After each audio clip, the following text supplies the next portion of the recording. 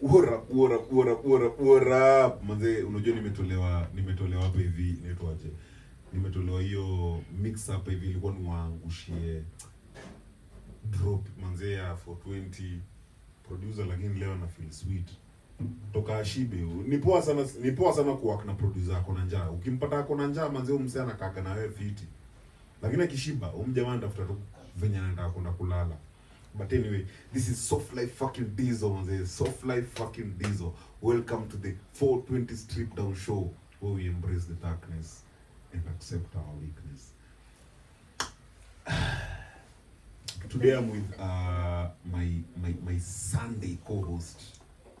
Yeah. Hi, Amy. Yeah, can you introduce yourself and then introduce the Sunday? Yeah. Okay, guys. Sundays is officially Crucified Sundays. So if you do not log in because you're afraid of being crucified, please, we invite you today to embrace your darkness.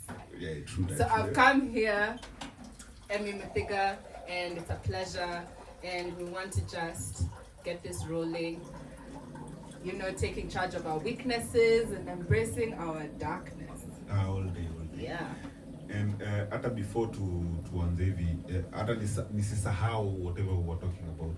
Amy, you are talking about the low tone in... Amy, help me with that water.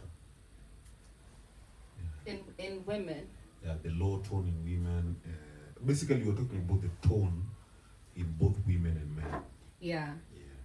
I was saying it's more attractive for a woman, you know, for the opposite sex, when a woman has a low tone. Just say for a man, when a woman has a low tone. It's... What is this opposite sex you have to put? Okay, sawa. Now just gonna him being blah blah blah. Come on. Are you part of that? No. Why are you involving us in that discussion? It's not attractive for a man. When the woman has a low tone. So if I talk like this and say, Dizzle, what's your problem? Why are you frustrating my life? Damn. Can't you see that I'm trying to solve the problem? No. Now that one sounds commanding. Can you just go to... I mean, imagine a tense situation, and this is how I'm approaching it. I won't say I'm commanding, but if we are in a tense situation and I'm not, Dizzle, what's wrong with you? Instead, I'm just like, Dizzle, I understand. I'm not happy right now. I mean, we need to resolve this. I'm saying this because katikati your arguments, you start saying, hey, you sound nice. Which is how to fight. So, of course, man. Like you know. And for women, they tend to be attracted to the Miguel Bruno Mars type of pitch. You know. But that's a lie either. As in, you're being wongo. Just not going. No. As in, you are attracted to that in the singing mode. In the singing mode. Yeah, definitely. Not in the but talking for women, mode. I feel like it works both ways. You know, I feel like if a woman embraces this, even Tony Braxton will to hit hard. Yeah, if a woman just embraces this, even talking. Say you love me again. For a guy, obviously, you can't come like, hey, what's up? Yeah, that doesn't make her wet. So basically, it has nothing to do with the genders. It has everything to do with the tone. It's like a psychological even for a nigga thing talking on a low tone, even when they're mad, it will turn on a woman. Okay, first of all, just deep voices turn me on. I don't know if it's like every other woman. I mean, kuna guys wako high pitched, but wako na wanawake. I just don't see how that would float in bed for me. No, for every woman. For every woman, the deep voice, yeah, just have that growl in your, you know. But that's it has nothing to do with the high pitch. But mine was purely from music, yeah.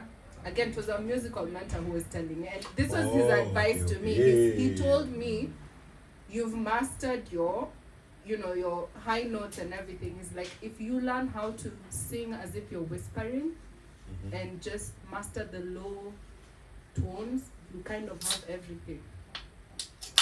And then when I started singing in those sort of whispery, low tones, I realized, shit, this stuff is sexy. Hey, in singing Sounds actually, sexy. low tone takes us off. Yeah. You in singing, low tone takes us off.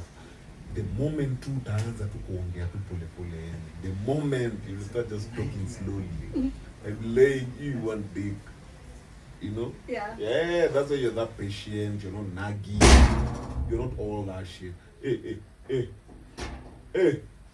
uni nani huyo akohoni huko? Pole pole. Can you be slow? You're talking about low tones, you're talking about slow things right now. What's up with you? Anyway, Amy, I wanted to ask you something. So there was a discussion, I entered the space, and there was a discussion that was going on. Yeah. Walikuwa wanasema ati kuna mtu alikuwa anauliza, why is it that men leave women once they give birth?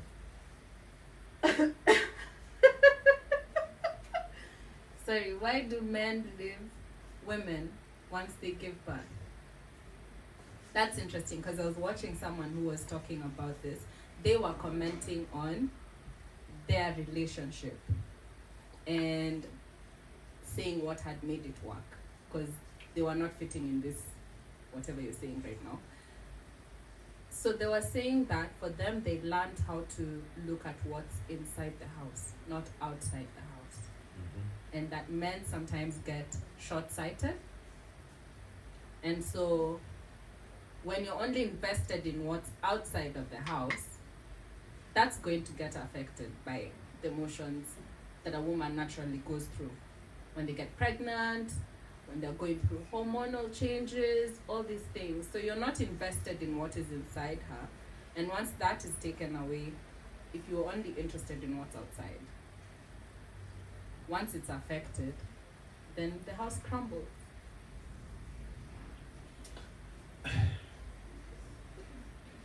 So you agree actually men leave women once they give birth? I'm saying for those who do, I suspect that's the problem. Okay, so here's my take. Even by the time me and you have kicked it off, Yeah. we're going to fuck. Mm-hmm.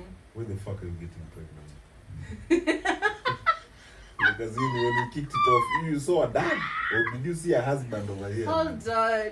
Is it the woman's fault What do you mean? for getting pregnant? Who's being pregnant for 9 months?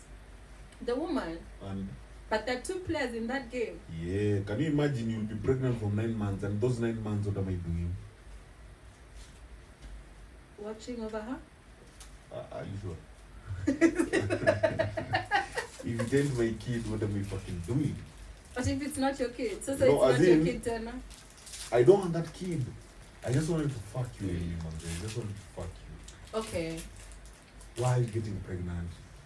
But you see And then you're blaming that me falls on on that the shit. category for you were looking at what's outside the house. Again, You know? we didn't have a house when This we were is- meeting. But the woman is the house. No, you're not. Come on. What do you How mean? But can- you're not- that's the analogy here. You're not a So house. taribu analogy yangu alafu useme nini? You are not a house. Both of us are houses. Literally, there's a womb that's housing a baby. Both of us are houses. You are not a house. Now, when me and you meet, we build a home or we create a home. There's no house before a home.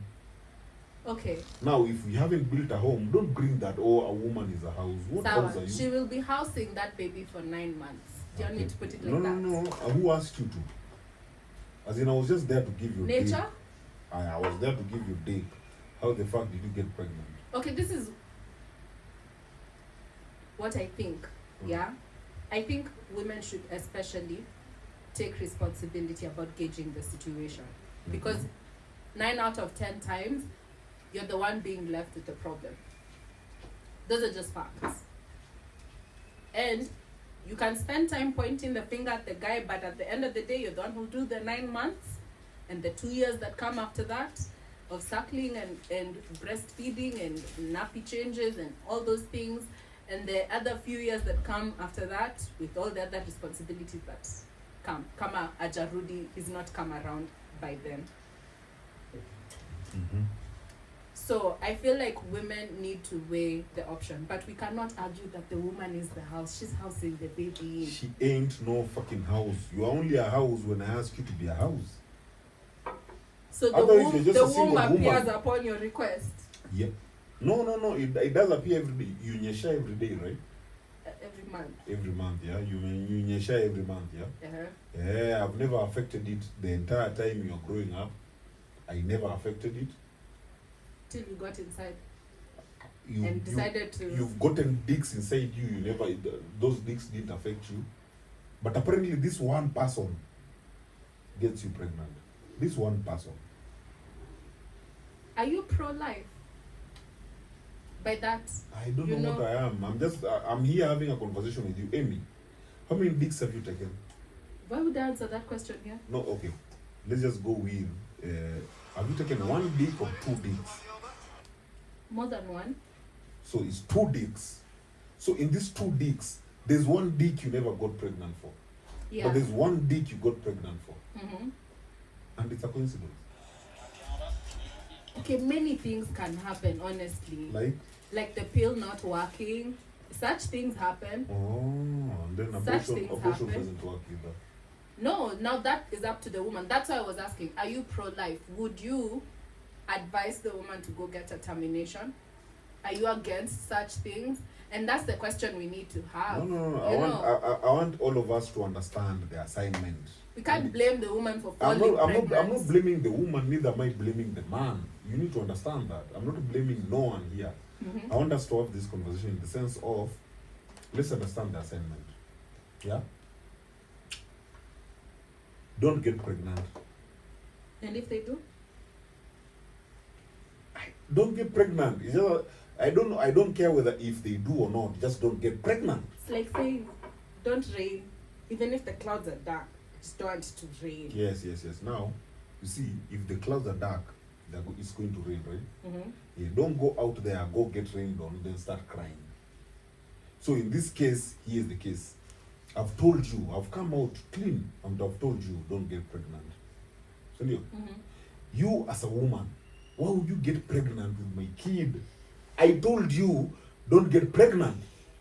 Now, that should have been First of all, it's not many guys who say that. It's not many guys who say not that. This generation will like, just don't fucking get pregnant. Okay. Don't. But get let's say pregnant. that's Yeah. Now, when I tell you don't get pregnant, take that as a red flag. Definitely. Sindio? Definitely. This nigga doesn't want me to get pregnant, and yet he keeps on fucking me raw. Red flag. So there's no way I'm giving this nigga my pussy. Yeah. Right? Yeah. Yeah. Now I've told you don't get pregnant. You're still giving me your pussy raw. And then when you get pregnant, you're like, what did you expect when you're fucking me raw? I told you don't get pregnant.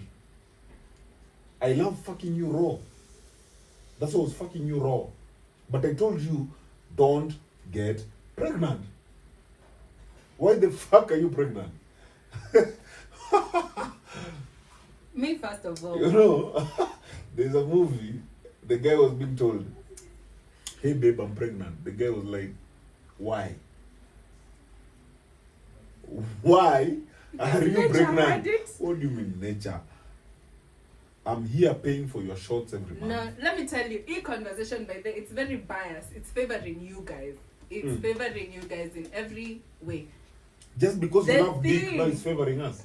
No, the thing, first of all, for women is you get calculated. I don't understand why guys, because there are some guys who you say, you're made down to fuck raw, and they just don't get it. So I think women need to, first of all, just have the oomph to walk away from some situations that either nika unacheza na moto. So if you want, hey, if you like the heat, sure, stay in the kitchen. Just know how to make or cook or destroy the dish once it's done. Those are the things I would say. And I think the conversation people shy off from is, for example, encouraging terminations. Because let's face it, the pill can fail. I'm not lying. The pill can fail. You can't miscalculate your safe days, because I think that's the other way people go about raw fucking is, oh babe, I'm safe. Ding ding ding, no you're not. Someone just shows up. Come Hi. straight in that universe. So it's not your safety, or the pill has failed to work, or the person is very fertile. Because I think there's such, I genuinely think, because how do you explain what are these called? Ectopic pregnancies. The ones where you've taken the pill and then the baby still forms, and then forms in your fallopian tube, and now you have to go for a surgery because the baby can't grow there and you're losing a whole other ovary on top of that.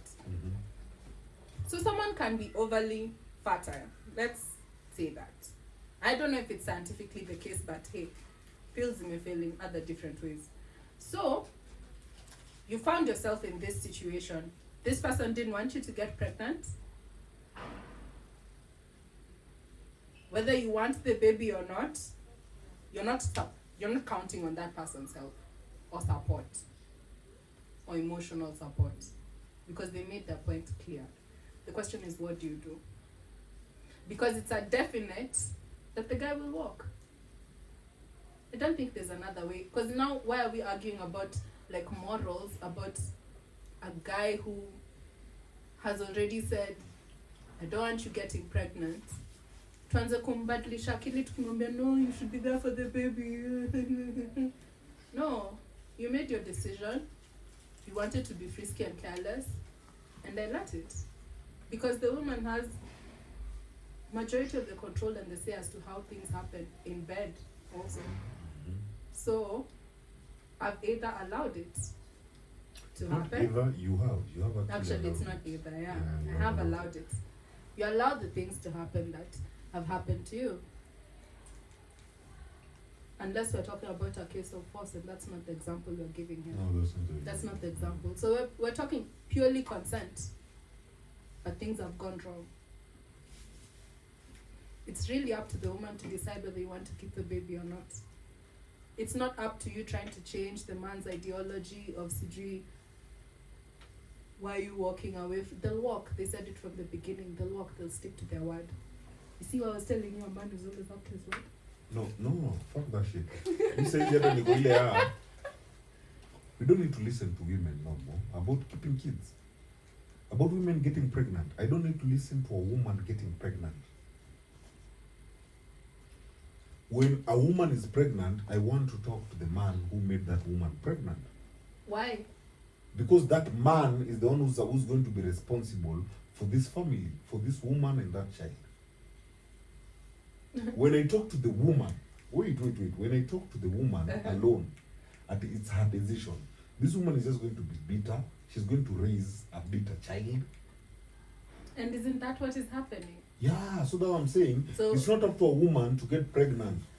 When a man tells you I don't want a child, can you fucking don't get a child? This is, if a man says, I don't want to get a child, draw the line and use condoms, yeah? But that's not what men do. Yeah, then I don't need to fuck you. As in, you've told me I need to use condom. I've told you I don't want to use condom. Yeah. Why the fuck are you allowing me to fuck you either?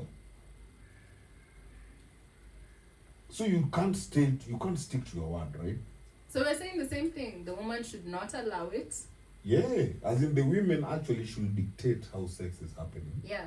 The men should dictate reproduction after sex. But I'll say this, because I've heard it from, some of my friends. Girl talk. There are guys who that's a fantasy for them. What? They'll be in bed and they'll be like doing their thing and they're right in the middle of action, and then they're like, oh my God, I want to give you a baby. I'm not lying, it's happened. No. That's an emotional talk. It's hormonal. No, it's an emotional. That's an emotional. That's what you're thinking. I want to give you a baby. What do you mean? Yeah, and standing them on. And their men were actually really good at withdrawing, so they don't have hormones. The men were good at withdrawing. Fantasy, and let me tell you, I told my friends in that situation, I swear, you get this man's kid, it's not going anywhere. You nip that thing at the bud. The moment a guy is talking like that and they're not even being, it's like they'll say that it's sex talk, yeah? For some guys, that's their fantasy, like, oh, we should have a baby there. You talk as if you're going to buy a bag at the store. This guy has never bought you lunch, man. Yeah. I mean, even me, I've had a guy say that, like we had met, we hung out a bit, we don't know much about each other, it's barely been 3 months, and then you're saying, you want my daddy to know, let's have a baby. The fuck? Will you ever have a baby? Not in my womb. Will you ever have a baby? I don't know. I don't know. Imagine. A I whole don't know. prime woman beyond your fucking prime. You still It's don't not know beyond. if you are. Yeah, it is. Okay, I guess, yeah. Amy, how old are you? 30. Imagine that. Is that bad? You old fucking ass woman. Died. Imagine that. You're 30 fucking years old. First of all, hold on. Huh? This thing for 30 being Sujui. Oh, Ebu Songa for Soli. Soli is in the building. Woo! Soli! Come join us. You come join us and listen to this baby girl. She's saying 30. She's still okay. that is a danger zone. Yeah. Oh, I've had so many guys say that, and now that I'm in your company, please explain. Because on average, first of all, like in the States, women are having kids in their 40s. Please explain to me what's so wrong with 30. Who are these women having kids in their 40s? I mean, research. Given their lifestyle and what they're able to achieve by the time, by the time you're 30, you're still living, maybe, majority are still living maybe in like a 1-bedroom apartment and whatnot. By the time you can gather your finances and have something stable to have a child, you're in 40.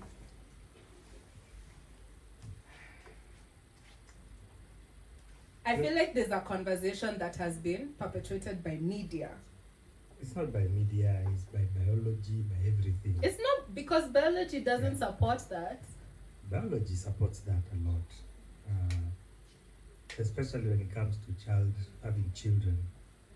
They call it what? Geriatric pregnancy or a risky pregnancy. It has a lot of risk, and also the children also are also at a high risk of being born with issues. So this is not wishful thinking. This is biology. This is something that's documented by the medical fraternity. So I don't know. And also culturally, in all cultures, I think most men, especially those who want to have children, prefer to marry younger. That's true. Okay, kukimana, I'll adopt. I'm not so against adoption. umekubali uko pabaya. No. First of all, I'm healthy. No, it doesn't Mimi matter, it doesn't mwenyewe. matter. As in, I'm a healthy person. Amy, you haven't given birth, bro. No, I haven't. You ain't been No, I thinking haven't. any time of giving birth. And I will not let this negative There's no negative shit over here. Our class conversation to the world is coming to an end. Pull me down. It's not happening. Let me tell you. When I want, quite frankly, I'll be honest, and why I don't feel bad about it is I just have never pictured myself having kids before 30. I never had ever pictured that. So there's no guilt on that. So you don't give a shit about nature. For you is you like basically you're going with that narrative, that woke narrative of you create your fucking path. You do. Yeah. So you create your womb, you create all that shit.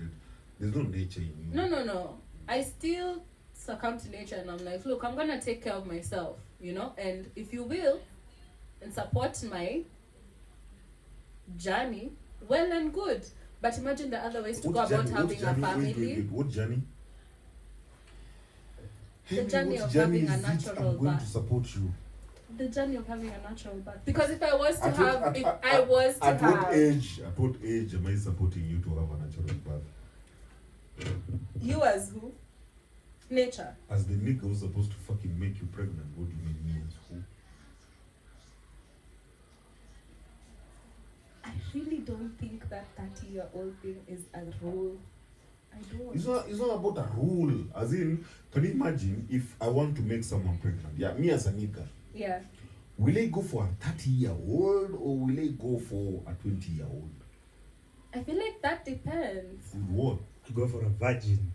Virgin. I want virgin. So if Virgin. so Listen. let me ask you with that virgin shit. So if the woman is 40, you'll go for that. No. So what are you talking about a virgin? Young virgin. So you go for a young child. Yeah. Yeah. So Amy, what were you saying again? Okay, it's definitely easier to have kids in your 20s. Yeah. Mm-hmm. I guess there are certain complications that come with age, but that doesn't mean you would have a poor pregnancy or Who's been an talking about a unhealthy poor pregnancy? or As in, an Amy, unhealthy can you baby. Focus. No one has talked about poor pregnancy.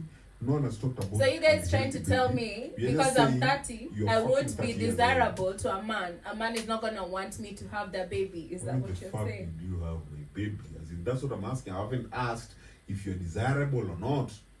I'm asking you as a 30-year-old woman, Why? why would I make you pregnant? Because I'd be a good mother Based on what? based on what you'll have gauged. Amy, by 30, you don't have a kid. You have no dreams of getting a kid.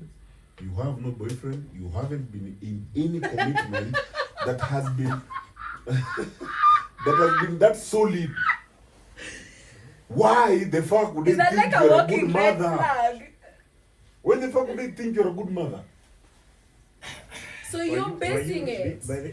Were you raising other children? You Eh. I'm Hello. a good man. Anaitwa Mr. fucking Sultana. We have seen you, bro. Eh. I'm surprised you're dry. Ebu producer akupange. Kaa upangwe. Kaa upangwe kaka. Sultan leo amekuja paka amekuja na nini manze? Amekuja hapo na kanzu. Amekuja na pajama. Alikuwa amelala. Diesel nafundisha kutext. Nafikiri amesahau kutext. Kwendeni huko. Sema tu Kiswahili naye. Mimi najua Kiswahili. Ujui. Nimeshika. Haya. So Nana mmahana sio msichana mazee. It's okay. I'm taking wamtaka the ni ushaanza hivyo mpaka hata ameanza kunini. Nini? Let me tell you, families look different, right? In different settings. I'm not restricted to having a different kind of family. Yeah? The baby doesn't have to be mine. I would love if the baby is mine, right? But there are many other options to which I can choose to mother a child, because that's what we're talking about, mothering a child, yeah? Not just bringing children into the world, alafu you don't even know what their fate is or what tomorrow will look like. Honestly, which one's the better option? You think about it, yeah? No prospects, no plans. You decide to bring a child into the world, or just wait. Wait it out. Which is the message we were talking about the other day. We should tell people to Wait for what? The Wait for apocalypse. not what? have As in- kids, For apocalypse. to not have children. Honestly, is it such an emergency? So you don't want to have children? I'm saying it's not an urgency for me. No. It's not necessary to have children for you. It's not necessary, yeah. Yeah. So usiseme hivyo, usituweke hapo unatuambia you are 30 and it's okay. Now you want to normalize being 30 without a child is okay. Being 30 without a child is okay. Why the fuck are you normalizing that shit? It's okay. Why? Because many people have normalized the other stuff that's just not No, even factual, don't go to honestly. many people. We are talking to you. Why the fuck have you As normalized? far as the human family is concerned, Because you're useless. people's goals are different. You're useless to the human family. Which human family? See the human family. Ebu Why do you think the patia human Sultan, family, nataka kusikia the Sultan human anatetea family is hii made of people, situation. so you should contribute to that family. I mean, I have many children by proxy. My friends' babies are my babies. Hakuna urgency. Everything takes time. Thank you. Don't let them push you. Have a daughter of your own, same age. Don't married, don't have a kid. But you see, it is somebody's choice. You take your own time. You feel that you are comfortable now. I'm ready to be married. I'm ready to settle down. I'm ready to have a family. Nobody should push you. Time limit. If I know you don't believe in religion, and I'll go back to the same religion. Everything which happens in this world has been dictated. If you're going to have a kid, definitely you're going to have a kid, no matter what age. That's fucking bullshit. No, it's not People are bullshit. just entering. Wait till done. Mimi hata kuna swali sijajibiwa. So You know, you people, mimi mnadhani nikiuliza hii swali ni kama namkondema. No, Yeah. me, but then I don't take it as Mimi namuuliza tu condemnation. hivi, mbona ana normalize kukua 30? Because why should we normalize the other narrative of by 30 you need to have done this? No, you you haven't, don't have you to. haven't answered the question. Now you are countering. Me, I'm just asking you. You've told me you're 30 and you're okay. You're pursuing a career, right? Yeah. Yes, you. Not just my life, not just my life. So you talk about that. But that's her opinion. That's what she wants. No, she hasn't given me the opinion. What do you want to know? Here is what I want to know. Why are you normalizing it's okay not to get kids? Because it's normal in my world. Why not? Please, as you imagine I'm a kid you're trying to explain to me, or imagine I'm ignorant and all that shit. You're trying to explain to me that it's normal not to have a kid. Why? It's not about what's normal. First No, of it all. is about being normal. That's why there's cancel culture, there's suicidal Sundays, as in, so that we are going outside the normal. But now, let's Okay, talk if why it you is normalizing about that being shit. normal, then because there's nothing wrong with not wanting to be normal. If that's not what you want, I don't want the normal layout and play out of life. If I have, for example, if I have a kid and I have another friend of mine who same age, no kids and everything, and we say the same things to each other. And the thing is, I have many friends who are at their 30s, right there with no kids. I just don't, and that's the weird thing. It's like, you know that when you bring a child, or if you bring a child into this world, your goal is to mother this child.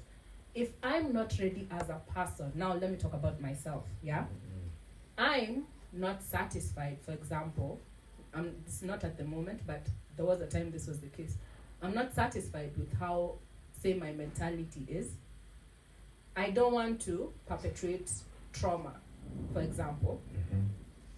And I want to give anyone that I bring into this world a better chance than what I had at starting off. Yeah? Hii mambo ya kusema ati sijui mtoto anakuja na sahani yake, that's BS to me. It's BS, baby. Because otherwise we're entering this world surviving. And I've had to survive. If I have the chance to do it for someone else, why would I bring into this world to survive? That's my thinking.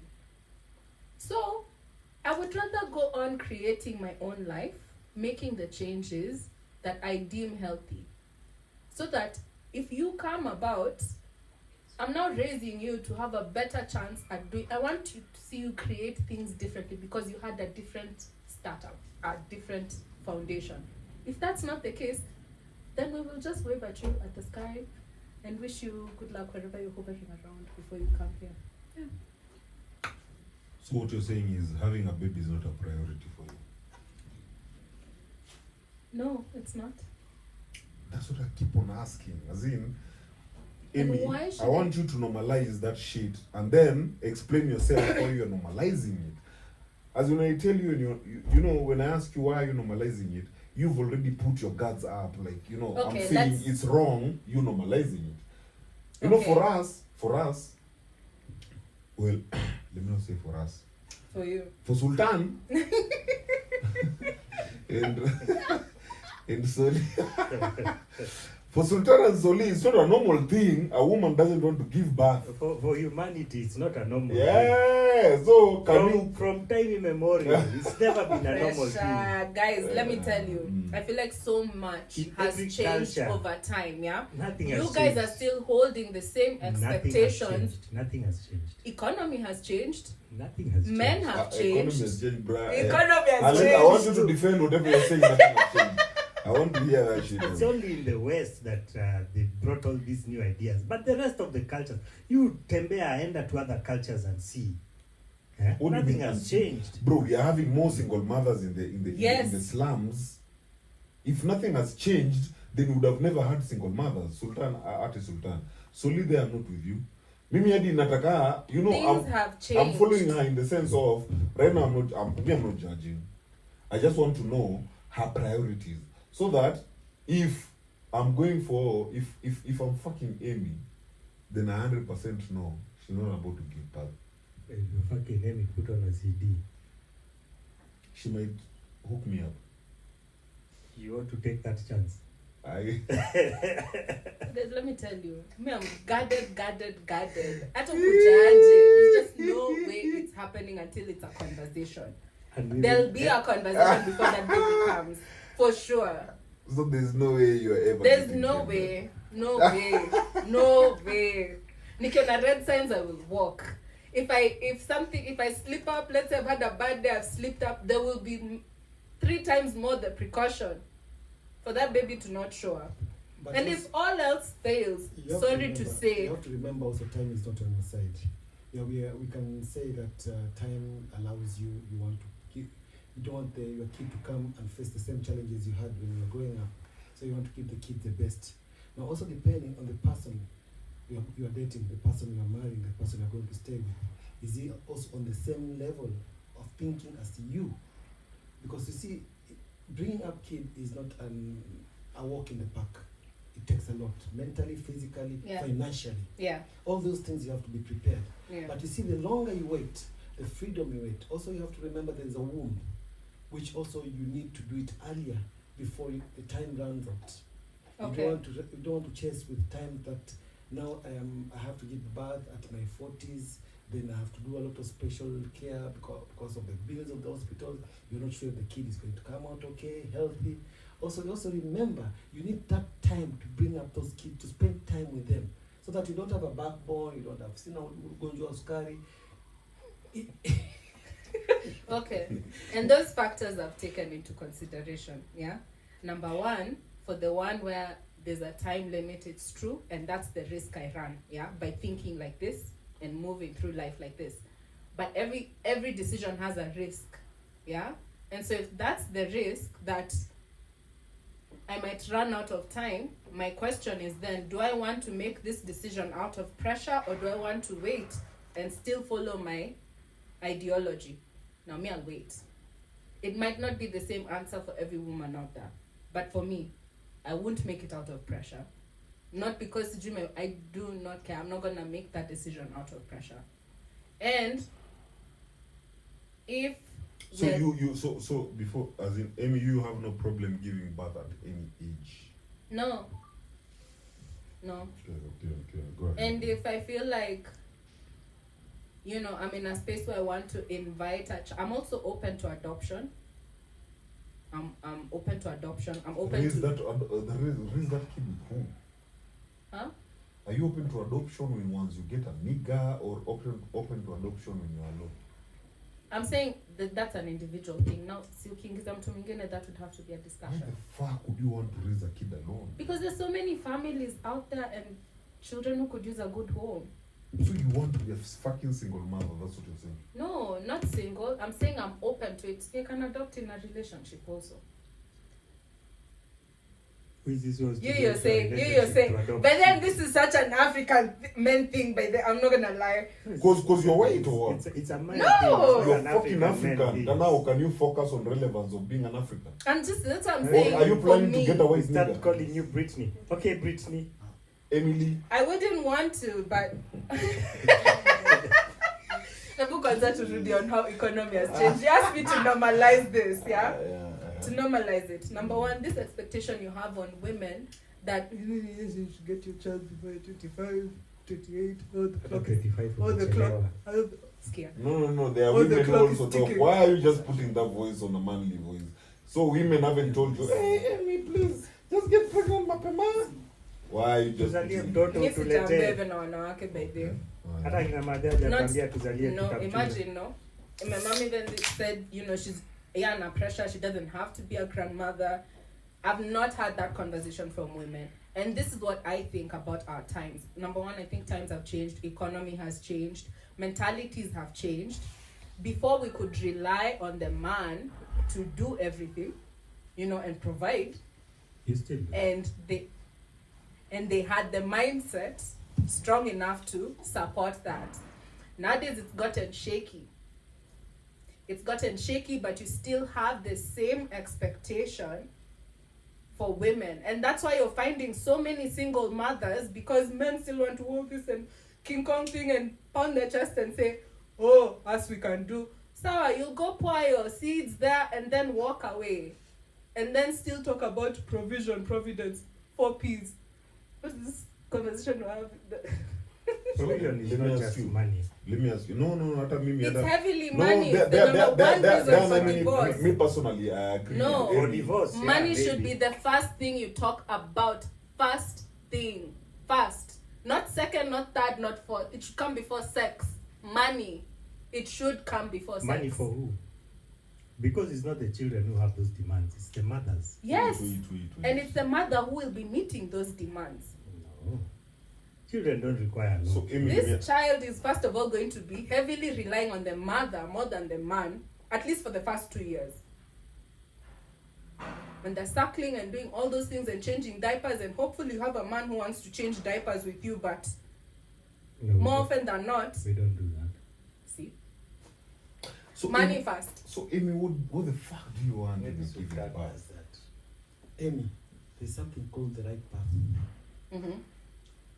When you're talking of the right path, is that you know your vision, where you are heading, where you want to lead your life in the next 10 years, right? Yeah. When we talk about the path, we're not looking at the finishing line. We're looking at the journey. That journey is that when you're young, you have that energy of looking for that fund. Because I have a dream, I want to have a good family, I want to build myself financially. But to have all that, you need somebody to enjoy it with. That's why you see the family structures are there. Mm-hmm. The family structures were there. They were created in such a way that when we have a family, we start it young, so that when we grow up with our kids, we grow up with our husbands, our wives, so that we live in a conducive environment, right? Mm-hmm. We don't look at the end goal because we don't know what will happen in between. We can have all the planning, we can have all the finances and everything. Then something strikes in between. It's not something we planned. So we cannot say whatever plans we have is 100% authentic. That is going to work exactly the way we visualize. Mm-hmm. So life is about taking risks. So what I see, what you're saying, is you're taking so many precautions. That is like you visualize how the end goal is going to be. That means you've picked a path. You've talked about adoption. You've talked about a man has to talk. You talk about finances. No, those are options. Those are not how I visualize things.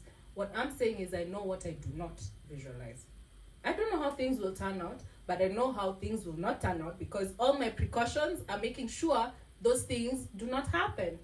So where does the love portion on us you? Where do you put it? Because what you said, the first thing we discussed is about money. So where is the love? Love for the man, love for the kids.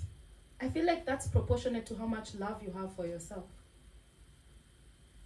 So you can't give what you don't have.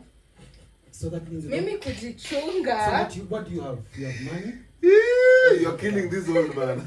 No, I'm Maybe. just curious. Mm-hmm. Because it's a different age group. Yeah. Yeah?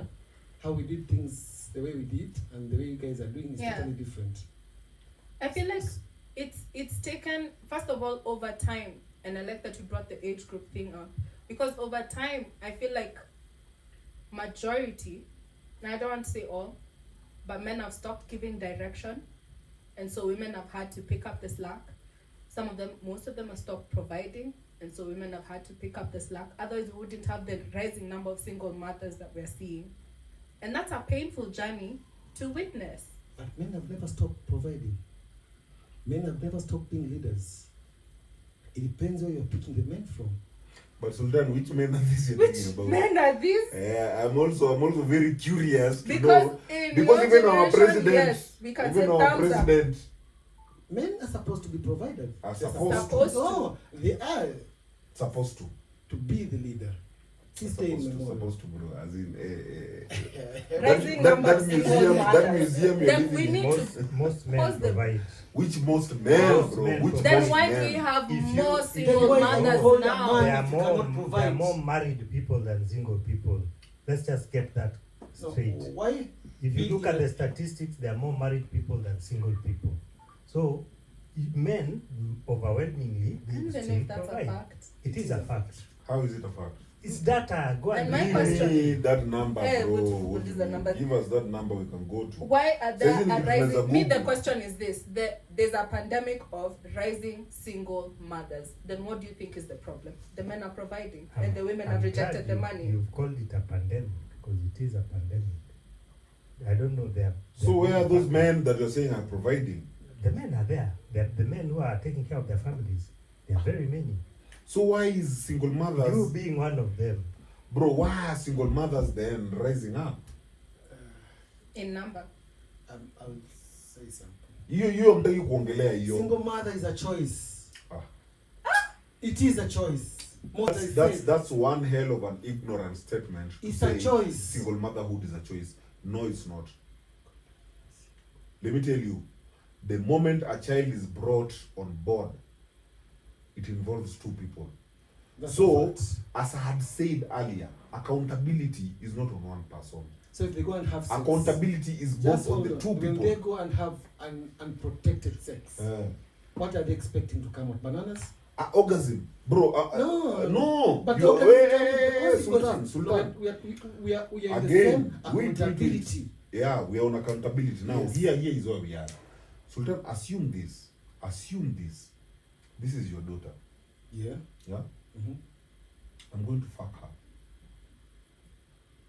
What do you think I'm expecting from the fact that I'm going to fuck her? Apart from me coming and her coming. Before she comes and have sex with you, I was the father. I was there. I gave her instruction. I showed her. You told her to go get fucked. No, I told Yeah. her whatever you do on this earth, there are consequences. Sultan, There are consequences. is your daughter a virgin? I don't know. Exactly. So whatever you're talking about, unity too, everyone does. Sultan. No, don't It assume doesn't that mean everyone everybody does. follows. No, don't assume. You're assuming. Okay, let me ask you another thing. When you love someone, Sultan. Yes. What's that? I know what love is. Yes, yeah. That's Will how you look that for another was in that person? generation. Will you look for another person? Why should I look for another person? Yes. So now, you are assuming love has to go based on how you comprehend love. Love, it depends on how I learned it from. We can be taught in the same subject, but how I picked it and how you picked it are totally different. Because what I believe, what I believe love is commitment. Love is Okay, huko umeenda mbali, nimekupatia hiyo kitu. Huyu hata amekuuliza nini? Love, amekuuliza swali fiti sana. What is love? Sultan, don't go with your assumption and then force everyone to follow your I'm fucking just saying assumption. how I understood the question and how I practice it. You see, I cannot say something I don't know. No, Sultan. Whatever you're doing, you see what we keep on saying about gatekeepers. I don't believe in love. You see, no? Thank you, Soli. Wait, Soli, I'm coming to you. Sultan, do you know, sumesikia tukiongelea about gatekeepers? Yes. Gatekeepers hadi feminists. Toxic, hiyo unatuambia sijui toxic masculinity. Sijui corrupt leaders, sijui nini. Those are fucking gatekeepers. And you are talking exactly like a fucking gatekeeper because you want to force us. Unaongea kama toxic feminist. Yeah, you want to force us in your own understanding of a standardized definition of love. Sultan, you're not even listening to this girl. No, wewe tayari, you're judging her. So when you're talking to her, you want to talk to her in the sense, in your generation, you people, bruh, she's telling you what she's told you. She doesn't know what's going to happen when she gives birth, right? But she knows what is not going to happen. yeah. She's not going to give birth when she's not rich. She has told you that. Have you listened to that? I did. Yeah, so And I nini you told- and I nataka told kumwekea her the that consequences. men are You see, providers. every- Wait. what is this you're telling her that men are providers? Hadi mimi nakuuliza, which men are these? I'm one of them. Men are providers. Men are providers. Here is a girl telling you guys she hasn't found that fucking man. I Because have she's not not- seen it. I'm just Now, gonna say it. because I she's have not what? seen it. I've Sultan, not are you witnessed in a that. fucking jail? Are you unataka kukatiwa? I've not witnessed that. And so in my world view and how I've grown up seeing it is make your choice, make informed decisions. Make informed decisions. Where you will walk into, who you will partner with, what their goals are, whether your visions align before other people join your company. And even on another thing, Amy, let me join you on that. Though Manze I was to banter Join her. tuatandike vizuri. Hey, mimi nawataka sana. Amy, now in the generation you're in, you haven't seen a provider. Yeah. The niggas you see them as providers are these niggas. Yeah. Yeah? They're all fucking married. Mhm. Yeah? Yeah. That's why you come in as a fucking side chick. Yeah. Then you get condemned for being a side chick. Yeah. Because they are telling you men are providers. Yeah. But in your generation, they are no fucking Exactly. providers. So chenye nyinyi mnafanya, you want to protect who you people are, but you don't want to be held accountable, that you don't teach your fucking sons to be providers. The generations to Fuck come, all of you. they've not held that. I'm with you today. Na nitakuwa nawapeleka hivi daily. I don't know which generation you're talking about because Ours, your my generation. I have sons Ask who are Amy, your Amy, generation. Amy is a 30-year-old. Yes, I have Talk to son her. who is the same Sultan, generation. this And this they girl still is pick- twice your age. This girl is twice younger.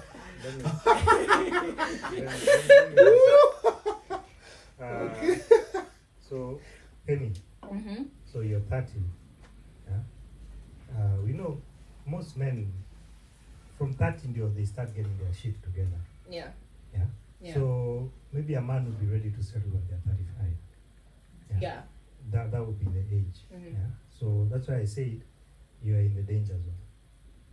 Yeah, because you need to lock down someone. But you see, So you're with saying the other danger 30 zone. 30-year-old women Let me say, like her. you're saying danger zone from Yes. your point of view. Me, I'm very safe. In my world, I'm very safe. I'm Fine. safe. I would not have it any other way. That's what the ostrich says when it has its head buried in its Ah, hand. Mr. Ostrich. Ostrich. Nyi pia nyinyi sasa mnataka Yeah, kuzidi. ostrich ikiingiza kichwa hivi kwa mchanga, No, anasema no. I'm safe. So And you know, I'm not alone in this. And I keep on Literally, telling my you this, I friends, keep on I yes. have like only 2 friends who have children. Female friends, yeah? Hmm. The majority don't. We're age mates, we grew up together, we know what we've seen. So these friends, are they married? Who have kids? Only one is married and don't have kids. The rest, single. So the single ones who have single kids mother. are So singles. why are they not married? That's the question. Was it their choice? Because you can't tell me they are no men completely. It's not a question. I mean, there are men, there are women. The pool is full of all of us. The question is morals and visions and values, ideologies, marrying What is together. that? Because what is giving birth to a society of single mothers? Me, that's the See, it's question. the ideology What that is women giving took birth? on. The No, ideology that women have taken Soli, on. na hapo ndo mali, mimi actually I Yes. don't agree with you people. You Okay. people like blaming shit on women. Yeah, you people like blaming shit on women, and then you hold out on you men being fucking accountable. So it's a problem tukiwa na Huyu amejaribu kuwaambia.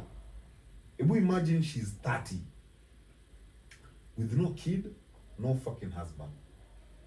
She's told you her environment, The circle.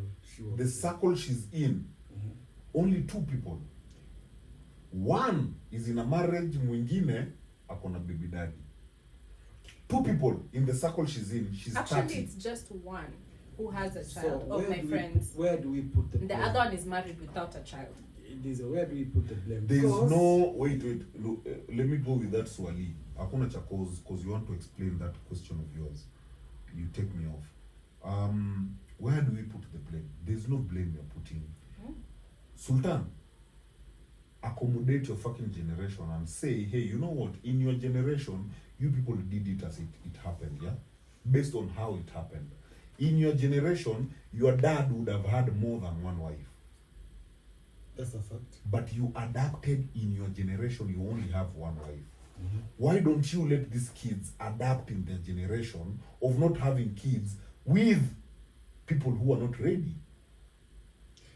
As a father. We keep on saying, as a father, Makachia, we keep on saying here, I've just told you, and tukianza hii show when we were talking with Amy, I said, Amy, if you're my bitch, and I've told you I don't want you to get pregnant, why the fuck are you getting pregnant? If you're my bitch, and you've looked at me, and you've seen all those 4 P's your dad taught you, I don't have any.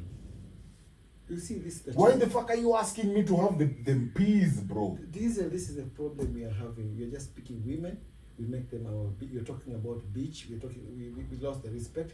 We forgot that women are supposed to take you to their home. Here and she's not even mad about me calling her. No, bitch. just hold on. The problem is the generation that we are talking about is that the parents, we are putting the blame on the parents. They never showed them the way. Just hold on, Diesel. The way it's supposed to be done. Relationship is not about you and boyfriend. Relationship is about 2 families which you are bringing together. So when that kid comes to the picture, is blessed between the 2 families. No, just hold on. You're not supposed to have kids out. That's what I'm saying. Having a kid out of the wedlock is a choice. Yeah. Out of wedlock is a choice, yes. It But is a legal choice. parenthood is not. Don't enter there. Don't enter there. I want another Where you have a different narrative. Usiruke. Kaa hapo nikuulize Because tu. I'm putting Let blame me on ask the you one thing. parents. No, I'm not. Mimi, I wasn't even blaming anyone. I am blaming. You're talking of accountability. No, accountability Yes. is on oneself. The No, it moment can't you be on find oneself. it is. This kid didn't. She was not brought up. You have Sultan, parents. again, I repeat What's this. my parents? I'm repeating this. Accountability. Please, nataka unisikize Sultan. Pole pole tu. Nataka unisikize. Na Mungu kwambia hiki kitu mara mingi sana. The more you try to be a gatekeeper, the more hiki kitu itakupiss off. Just fucking have a conversation. Haya, sikiza sasa. Now, mimi on my accountability. Ni mimi accountability yangu Sultan. Tuanzie hivi. Am I suitable to be a dad? Tuanzie hapo. Haya. Senyo unapatana na dem. Huo dem pia on self accountability. Am I suitable to be a mom? Then tusonge mbele. Am I suitable to be a wife? Am I suitable to be a husband? Are we asking ourselves those questions?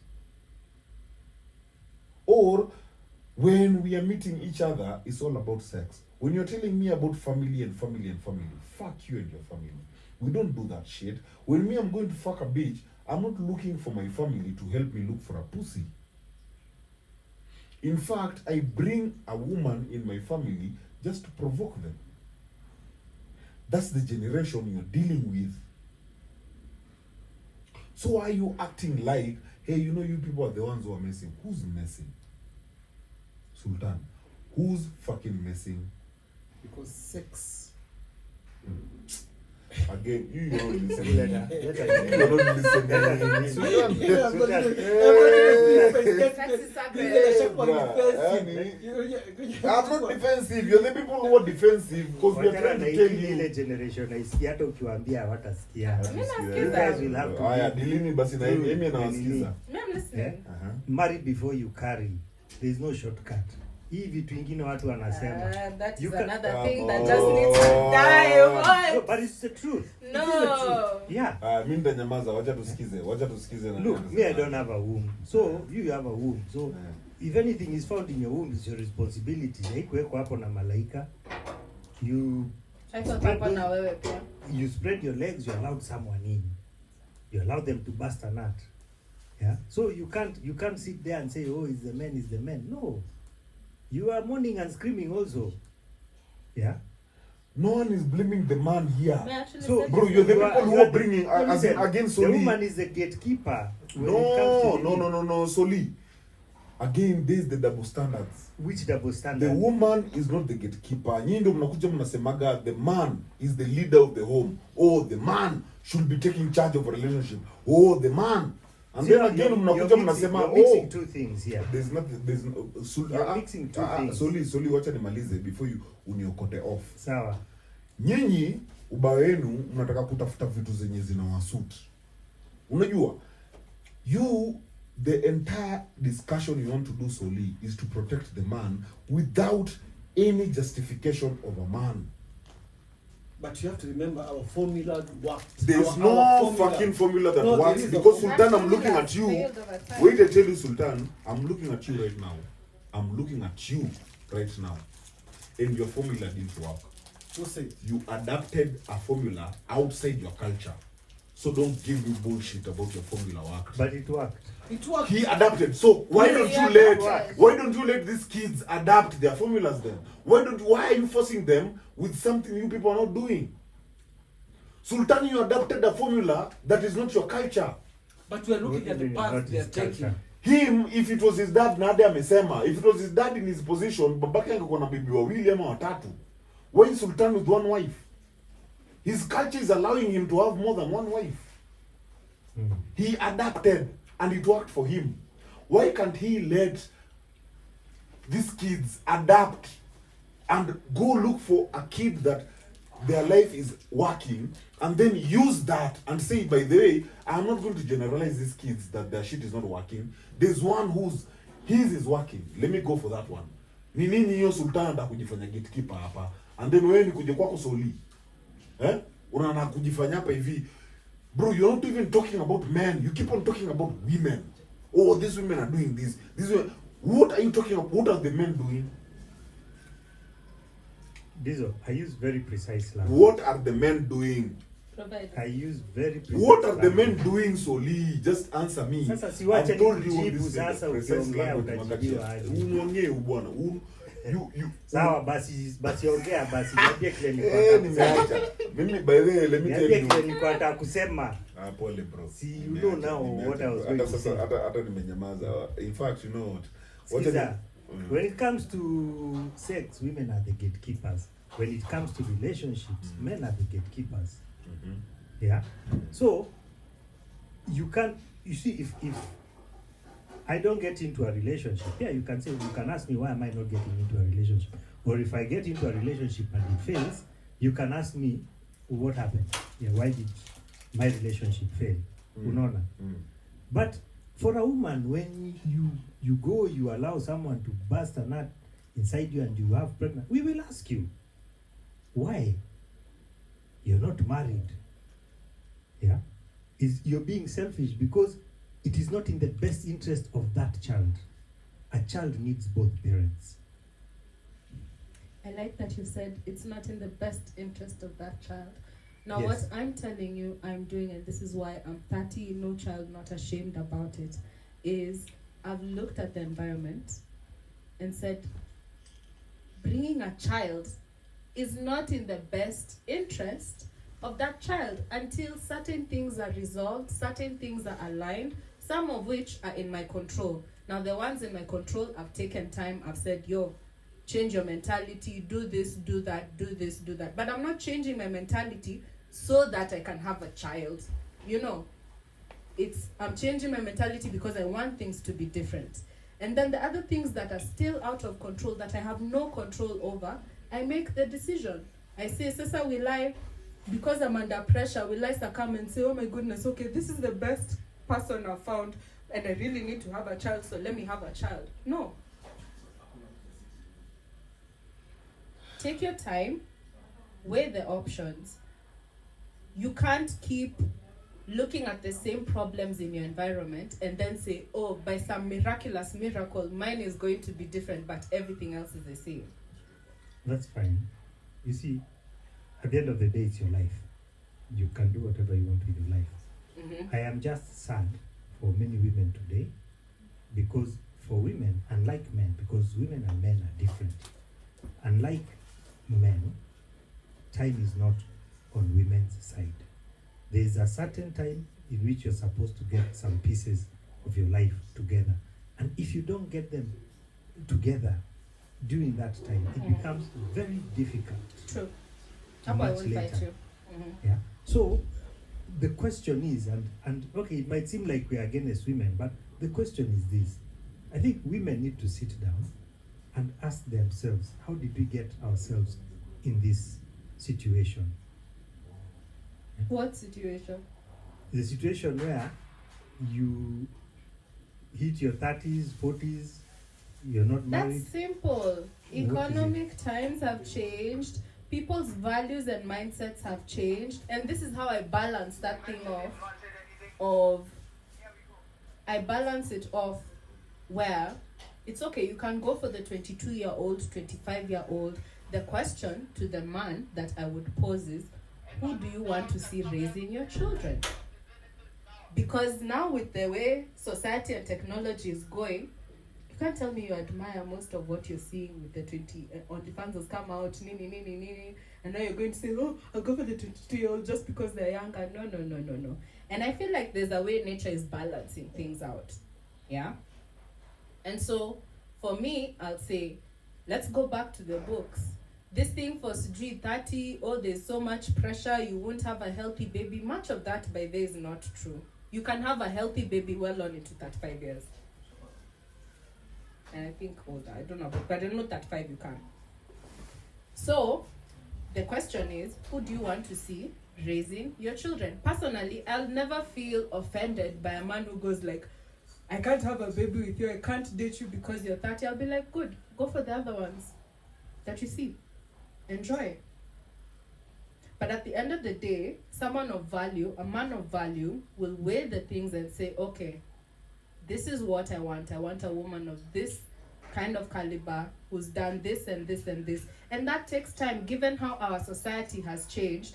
I think it's people are learning or getting exposed much faster, and for that reason, are probably learning their values much slower. But these men of value are getting married every day. Men are getting To married. who is what I'm saying? Women of value. Whoever they're getting married to. Sasa skia. Sasa, if that's the case, then I'd also rather not get married kama ni whoever you're getting married to. You know, and hii ndo kitu muni bo, like as in unataka kuongelesha watu, like you want to talk like whatever you did was okay. Look, the thing is this, she asked a question, and No, I answered as her. in, It might seem like I was brushing her off. But look, whoever a man chooses to marry, they will marry that person. There's nothing you can tell this man. They'll marry the person. Yeah? We don't ask. And like I said, That's a but lie, once they- Soli. once That's a they marry lie. this person, That's a lie. Bro, there's no man who's wanted to marry no one. There's no man who's wanted to marry no one. It's the woman who has wanted to be married. There's no man mwenye amekaa kwa like me, I want to marry you. Inakuwaga ni by then monole dem, I'm impressed by you. It's only now the only way I can get you, there are boundaries. And it's the woman who's created those boundaries. But there are men who usually Bro. want to marry and build as what well. you're saying that makes sense, It Dizo. doesn't make sense. It depends. yeah, There are let me men tell who you. usually want to marry and build. There's no fucking man who wants to marry. Men want one thing or two things. Let Wewe me kama uliolewa. haya, hiyo pia takubali. Hata mlieke hivyo pia mtaiweka. Hakuna mwanamume anataka kuoa sultan. Wako. Not in this day and era. Wako. Hakuna. Depending on how you are brought up, depending on what Yeah. kind of background you come No, from. In fact, men are the true They are romantics. background, they are Haya, si ngoje niongee. They are Ngojeni societies. niongee, ngojeni They are niongee. societies. Thank God They tuko know when you darkness come leo. of age. Mimi leo. first thing you're supposed to Wait, Sultan. Stop taking me on your theory. I'm not Wait, I taking- tell you, I'm wait, I talking tell about- you why there's no man who wants to marry. I don't know where this which society you're coming from. This society. This society. I'm talking Eh, about so this wacha society. niongee. Wacha niongee. Mimi ndio nimeletea hiyo point. Yeah. Wacha mimi ndio nimeletea hiyo point. Si mimi nimeolewa. Mimi na been married. Wacha niongee point yangu kwa sababu nimeona nyinyi mnataka kujitetea hapa, upuziazi make sense. In this society right now, there's no man who wants to marry. Every man wants to have their mother. Every man wants to have their mother. They don't want to marry. Now, for you to get that mother of yours, that mother has conditions. And those are our girlfriends. Now, for you to fuck me, you have to wait 9 months. There's no man who wants to wait 9 months to fuck a woman. But if you give me that pussy today, I'm gonna bang it today. Aya, For you to marry me, you have to, propose to me. There's no man who wants to go through that shit. If I can marry you right now, I'll marry you right now. All conditions that are set for marriage are not from a man. Conditions are set from the woman's side. So hii bullshit mnakuja mnaniambia hapa men want to marry. There's no man who wants to marry. Bro, a man who wants a child, they'll go for surrogate. Have you seen what rich men are doing? Have you seen a rich man going to marry? Wacheni kutuweka hapa na puniness with nyinyi muliingia box za wanawake wenu, alafu mnataka kuja kunormalize wanaume wote wanataka kuwa venye nyinyi mko. Hiyo ni bullshit. Wacheni kudanganya. Ni wanawake wenu waliwaforce mkuwe mahali mko. Sultan, you want to have a second wife. Your wife didn't want that. You didn't marry a second wife. Solely you had to go to a church wedding. You didn't want that. Your wife wanted a church wedding. So ni nini mnasema hapa? Mnajifanya hapa saints. Oh, mimi I was married. Semeni sasa. There's no man who wants to marry bana. Wacheni kutuwekea ujinga hapa. I wanted to marry. Oh. Yes. What influenced you And to I marry? know- No, let's go with that. I What wasn't influenced you to marry? I wasn't influenced. You were not born to marry. What inspired? Everything inspires you. Everything in your environment, Nani, solely takes you to the decisions you make. So, what is it inspiring or influenced you? What made you want to marry? Because I fell in love. Where? And I didn't want So to- you were born and you understood No, what no, falling no, in I love didn't. is. You see, because Yeah. of this, their surrounding I come from. As we marry young, first thing. So Second thing, wait, as we marry young. Sultan, umesema? As we marry young, Baki hapo. Ah? us, Not from the me, community I not come me, from. not me. You From see the what? community. Yeah, so it's not you. But You didn't want to marry. who said? I wanted. Us wanted to marry. No, I wanted to marry. The community you're from We wanted married you to young. marry. Yes, not you. Sultan, what did you want? But me, when I fell in love with my wife, Fell in with love. my with wife, shit, I man. am. Fell in love to I the didn't girl push you with her know. even for a year, and I got married, and I was very young by then, 24. Wow. Yes. Yeah, but yeah. So don't tell me I didn't want to marry No, because you it was didn't. my decision. Bro, you were influenced by your fucking society No. to want to marry. Even my What do you parents know asked- about marrying, bro? I wanted somebody because I wanted to keep her for myself. I found the person who fitted my. Why did you want to go for another woman then? That was years later, and there were reasons. Reasons again. As in, Sultan, the fact that you keep on justifying every But there were every reasons, fucking and I didn't stage give any the reasons why Ah. I wanted to get a second because wife. your wife couldn't cook. Simple as that. Yes, now you're going for another woman who could cook, which is not wrong. But Which is she not gave wrong. me what I Now, wanted. did your wife start knowing how to cook the moment you wanted to go for a woman who could cook? Yes, So your wife needed motivation. and that's what I did. In life, Meaning, if you would have married another woman, maybe your wife would have been a way better cook than what she is right now. Nini kwa ndani huko? Mnataka kutuweke hapa mabullshit zao. You know, as in, Sultan, me, I have no problem with you entering the position you are in and learning from it. I have no problem with that. The problem I have with is you saying the decision he made was independent. No. It was a hive Because fucking decision. Your assumption is You that see- he's incapable of making an independent choice. No. Is that what you're saying? There goes Soli. Soli, I'm coming for you. Unless you're not listening to what we are saying. Unless Come, you are, baby, come. No, unless you're not listening, Soli, unless you're not listening That's to what Giza. we are saying. Yes. I'm saying, if it was an individual decision, Sultan would have never gone for a second wife if he really loved his wife. Sultan wanted a second wife, unless you don't know his story. Nigga is here, bruh. The wife had to report him to the entire family. Now I asked him, if it was his dad, how many wives would have his dad have right now? but he only had one wife. He only had Aya, one wife. patia Soli, go ahead, I'm coming for you too. I don't even know where we are now. Yeah, no, He's I'm capable. easy. Both of you want to justify your positions instead of listening to a fucking conversation.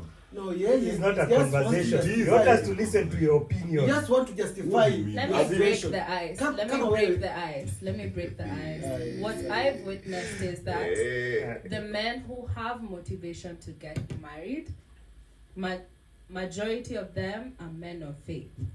You know, they have this idealized view of, they have a healthier approach. I'd say if you're approaching marriage, I'd take their view to be healthier. And outside of faith, I guess I would agree with you. I don't think many men want to get married.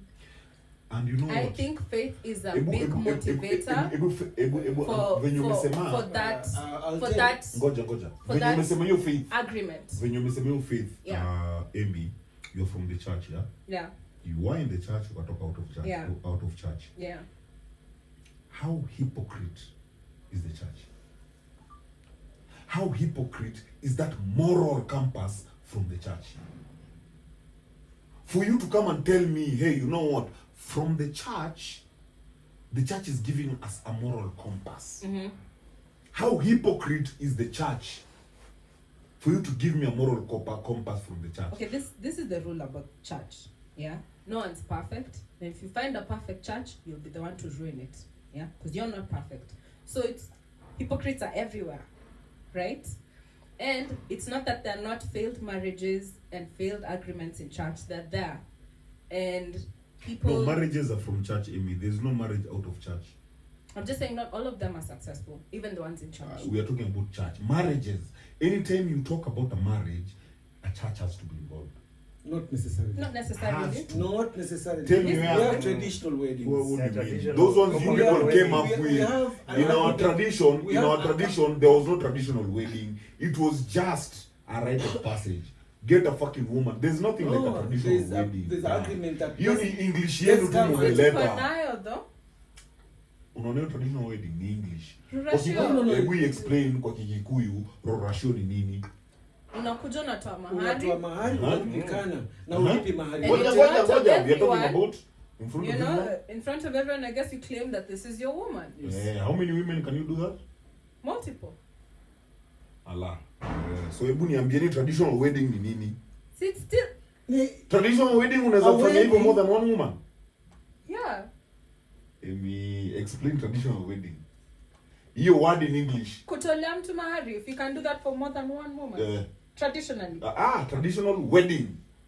Not traditionally. Okay. Traditional wedding. Can you do a traditional wedding Okay, for that's- more than one woman? Yeah. A traditional wedding. Yeah. Where has that happened? It has happened several Bro, times. you can do a traditional rite of passage. Okay, Not a so issue traditional- yako the ni hiyo issue is the wedding. wedding. Whether you Wedding people like is it or not, westernized. that Wedding name here ni wedding. westernized, here ni church. We Yes, are you talking can't about do a traditional wedding for more traditional- than one. Hakuna mahali utaenda ufanye traditional wedding. Wewe unazungumza Kijaluo. Mimi natumia English kaka. Mimi nawaambia. Okay, sawa. Mkileta Semantics. Kikuyu tumieni Kikuyu. Ndio nakwambia. Juu wewe wewe unataka ukienda kutumix. Kigiriama ama kama Kiduruma, Ah. they are allowed. Unaweza kutolea mahari huyu. Lakini haitwi wedding naye. Bado Iite ya Kigiriama basi. wanafanyia sherehe, wanapigwa bango. Sherehe. Hii Anavishwa ile kitu traditional. let me take this back. Mahando. Let me take this back. Shanga Sultan. zile. Let me take this back. Eh? A Muslim wedding, Yeah. yeah, Yeah. is what you are having right now. Yes. A Muslim wedding Yes. is what you are having. Which I can do 4 One times. man, one woman. No. No. Yours you can't. What do you mean? You can't. You What do you mean I can't. can't? Can you? Yes, I can. Bro, you didn't. I didn't because there was a mutual agreement. Again, mutual makachi. There was a mutual What do you mean agreement. mutual? You know, you are getting back to the same story I had, which was a mutual agreement between me and my Sultan. better half. Sultan, let me tell you. Yeah? Don't mix. You see, our problem No, is that's what I'm saying. wait. Our problem is we are mixing the lingo. The No, lingo. we were talking about Ngoja, traditional. ngoja. wedding. Mimi nimekwambia hivi, kuna kitu kwa Wajaluo inaitwa nyombo. Nyombo ni same na rorashio. Unanielewa? Nyombo is a traditional wedding. Now, Nyombo is a wedding, traditional rite of fucking Rashio passage. C wedding, you have to remember that. It's not a traditional wedding. It is not a traditional wedding. kujulikana It is a traditional na kufunga mlango. rite of fucking passage. That you can do it with as many women as you want. But Let's talk African here. Let's not mix unaweka but kitu there were because rules and ngoja, regulation even in the rules and regulation you could have done it with any woman you want. Right now when we are talking about traditional wedding, how many women can you do for a traditional wedding?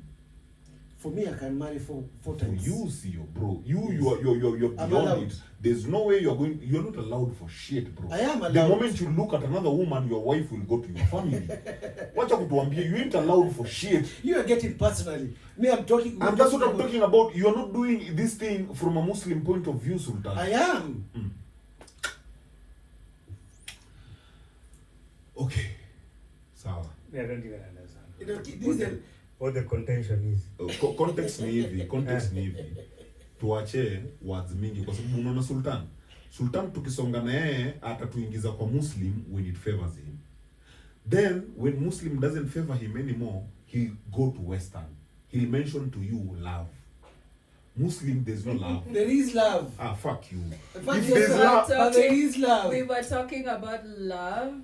What is it? We were talking about yeah. men not wanting to marry. Wait. Before you go there, if Sultan is telling me there's love in Muslim, it's not what the Westerners think. Love is not what your wife would go report you to your family that you want to bring another wife. That's not love in Muslim.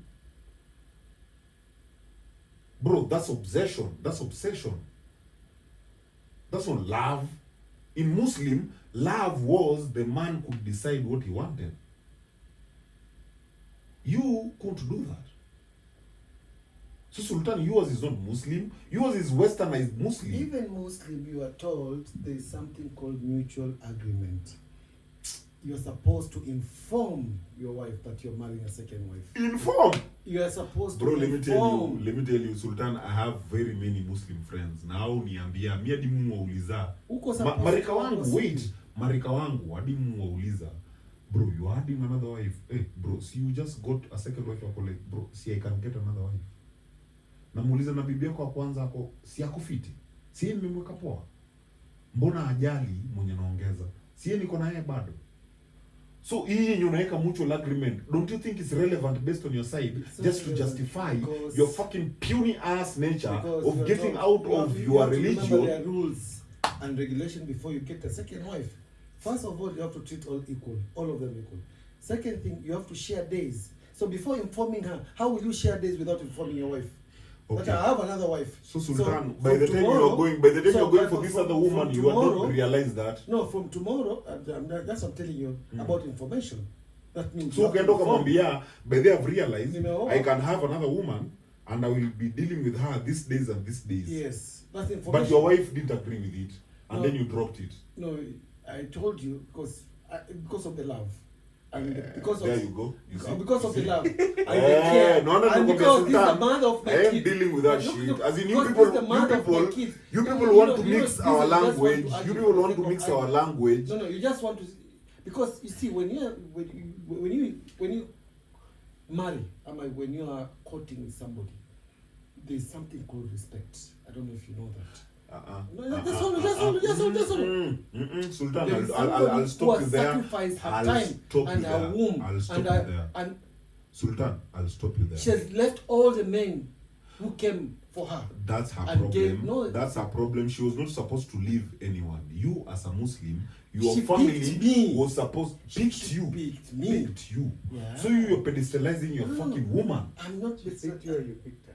whichever way. She picked him. Whatever way, whether Ah. she picked me, she chose me, she decided to get married to me. You, let me tell you, you better tell us it's Mariam, because me in fact, if you tell me Mariam is your wife, I'll take it slow and I won't ingilia you, because both of you are my friends online. You know, because the more you talk, I'm here like, what the fuck am I listening to? As in Sultan, what the fuck are you trying to promote? You're not promoting Islam. You're not promoting Christian. You're not promoting the society. What you are normalizing is your fucking sick self. No, You want because people to be like you. I'm a human being. I have to care with the people who are around me. Yeah. Especially the person who I share bed with. The person who cooks for me. The person who makes me sure that I'm okay. Now, previously, let me use our society. The men didn't give a shit about love. In my society, the men gave a shit about respect. They didn't give a shit about love. Whether you love them or not. Naona nilisema wanaume wetu walikuwa wakiingia boma, they'll make noise. Hey, mbona mmeacha? Why have you left the gate open? Hey, why haven't you tied this the livestock? Why haven't you milked the cow? They're just making noise so that because they were not in the boma, they're making that noise so that whoever is in that boma can leave because the man has come. Bro, our women could get pregnant by other men, but don't show it in my face. We didn't give a shit about love, bro. Men gave a shit about respect. I don't give a fuck what you're doing, but respect me the moment I fucking show up. So you bullshit unaniletea hapa ati, oh, because it's the woman I love. Fuck you. Yeye ndio yenye by this hizi jela ikitokezea, you'll be fucking raped. Because you have so much feminine energy in you, you don't even see it. You think whatever you're doing is right, then you want to normalize whatever you're doing by imposing religion in it. Fuck you. It doesn't work like that.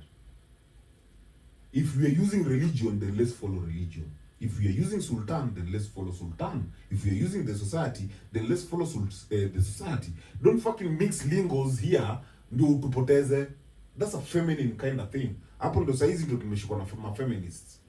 Kidogo I identify myself as a dog. Life is a choice. Choice makachia. No, life is a choice. What you choose and what I choose. We are just here. We're here to survive. I don't There think is no rule book in life. There is a rule There book, is Sultan. no There is rule a book fucking in rule life. book. You know, You ujinga create hii your upenda own kusema. rule book. Victims like saying that. Victims like saying there's no rule There is book. no victim. There is a fucking rule You're the book. one who's talking like Sultan, a victim. No. Let me tell you the rule book in life. Huh? Fucking work hard. Fucking don't be lazy. Be fucking consistent. Those are rules, bro. And they fucking work. Are they working or not? Of course they're working. Yeah, so what is this you're saying? There's no rules in life. If you're stupid in life, you'll face the stupidity in life.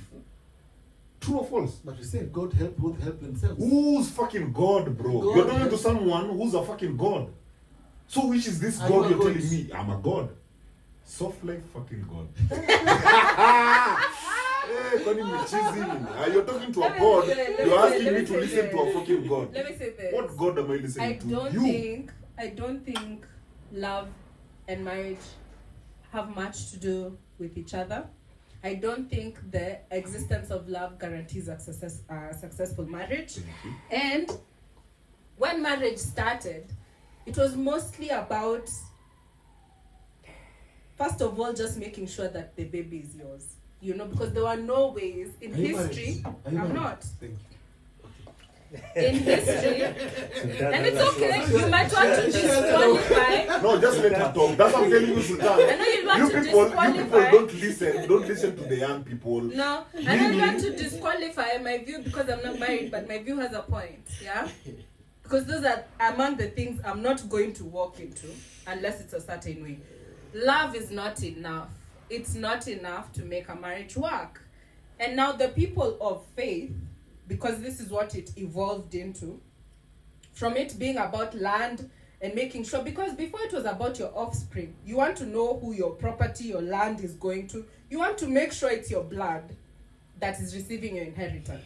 There was no way of confirming that except marrying the woman, and that's why there was such a huge stigma on women not being virgins by the time they're married. Now all those things have changed. You can walk into a marriage with another man's child. Things have changed. So now it's become more about faith, because faith is what has held this agreement as something sacred. And then the people in faith, I suppose, if they do it right, if they hold to their, because if you believe something and you walk by it, and you walk by that standard, then, you know, you have higher chances of succeeding. It's not always the case, you don't always succeed. But one thing I know for sure, love is not enough to hold a marriage together. The number one reason for divorce is money. Number two is sex. Religion falls like number 4 or something. Disagreeing values or whatever. That's like number 4, 3. So people don't ask the right and important questions, because before we involved faith, at least people made sure, yo, I've worked this hard. This is my status. I want my inheritance. Is that my baby? Is that my baby or no? And then the marriage works. And the woman knows what they're supposed to deliver. It had very little to do with love, because most of them were in arranged marriages with more success rates than we have nowadays from these marriages that are driven by love. There was more success from arranged marriages, where people understood their roles, you understood what you needed to do, what it takes to make it work, and you both put in the effort. So, I feel like people need to just ask the right questions. Thank you. Ask the Kina right Sultana questions before you walk wamekusikiza, in. before they start now defending the Like, are you fucking married? self. You're not married. Ha ha ha. Sultan, let me tell you. And I will not be if it's for those reasons. It's so fucking annoying. It's so fucking Yes, annoying. and it's going to get more annoying. When no, you haven't even heard what I'm saying. It's so Yes. fucking annoying when someone, in fact, when a man talks about love. It's so fucking annoying. It's so fucking annoying when a man talks about love. Bro, I appreciate, in fact, I love it when a woman talks about love. Because women can take you there. But a man, bro, men, we live on respect. We want to call respect love. Yeah. And the ones who are found to be successful, the marriages I've witnessed that are successful, even in the space of faith, were not driven by love. They were both connected to the idea of it being bigger than themselves. And so they had a reason to put in the work. And whatever reason that is, You cannot it's put just in the not love. work if you have no. Love. Me, I am. Love is like icing on the cake. I am not going Mr. to sit Sultan, here and speculate. nifinyie slap mahali, producer yawa. I'm not going Hata to kani sit here slap, whip. and speculate. Now, you know, opinions are like fats. Eh? Everyone likes this. Yeah. Their own Everybody fat. has it's just like facts. Yes. So, this is what I'm going to say. And for all of you who are not married, you have no dog in this fight. Keep your opinions to yourself. You can sit there and imagine how marriage is. Let's talk when you're married. We can see how tunaweza saidiana. But mi niko hapa simniongeleshe. Hey, Dizo is here. Dizo can talk. He's married. So you're disqualifying my opinion. Oh, Because, Mr. but Madila, oh, Mr. I did Mr. give an Sema. opinion based, I said off of what I've witnessed. It's okay. Love is not the main ingredient Yeah, it's to fine. successful It's marriages. But So you have no what dog you're in saying this is fight. love is a main ingredient. You can differ. Niambie No, ni but tofauti I've since you're not there. talked about love. Yeah, I told you guys I don't believe in But love. that's what she said, bruh. As in, You're what You're are you saying? disqualifying my You're disqualifying opinion. her, and then unasema, as in, can you You just also listen to her don't- opinion and then talk about her opinion? Now, she's talking about love is not the thing that is maintaining marriages. Do you agree with that or not? Fuck whether she's married or not. And like I said, I don't believe in love. Yeah. So why are you disputing her Why are you fucking disputing opinion? I'm just keen on You want me to wait till where I get married to advice make this comes point? from. Yeah. Yeah. I'd rather listen to someone like Sultan, who has been married for very many years and has raised children, and his children are grown up, than listen to someone who's not Then married. you know what, Soli, what you're doing is Yes. you are not encouraging a fucking conversation from both ends. As in, these guys You want to who hear are not them. in marriages are seeing. We're Why don't we witness. tell them? You know, For us, We no, will wait, have to wait, wait, make that Sultan. decision one Amy, day. wait. You know, we got to Wait, Sultan, let me finish. Mm. For us, our parents didn't tell us, hey, you know what? I know I should be a father figure to you, but I can't. Because there was rural-urban migration. So there was no rite of passage for me to help you to transition from a boy to a man. Now, since that is not there, can you watch? Can you learn from what you see? Bro, that's what I keep on telling my younger bros, even my cousins. When they keep on telling what... Now, I always say my family is very religious. I'm from a very religious family. Ndio mnione venye mimi niko hivi, I'm a black sheep in our family. Big time.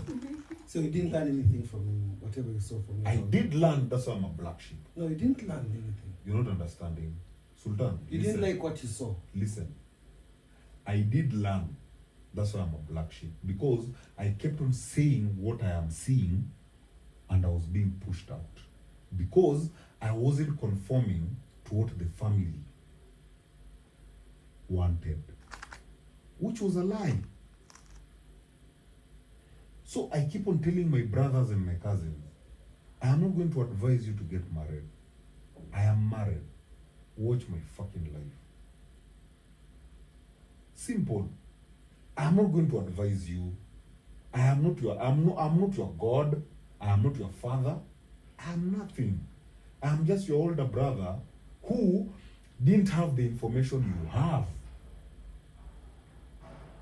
So learn from me.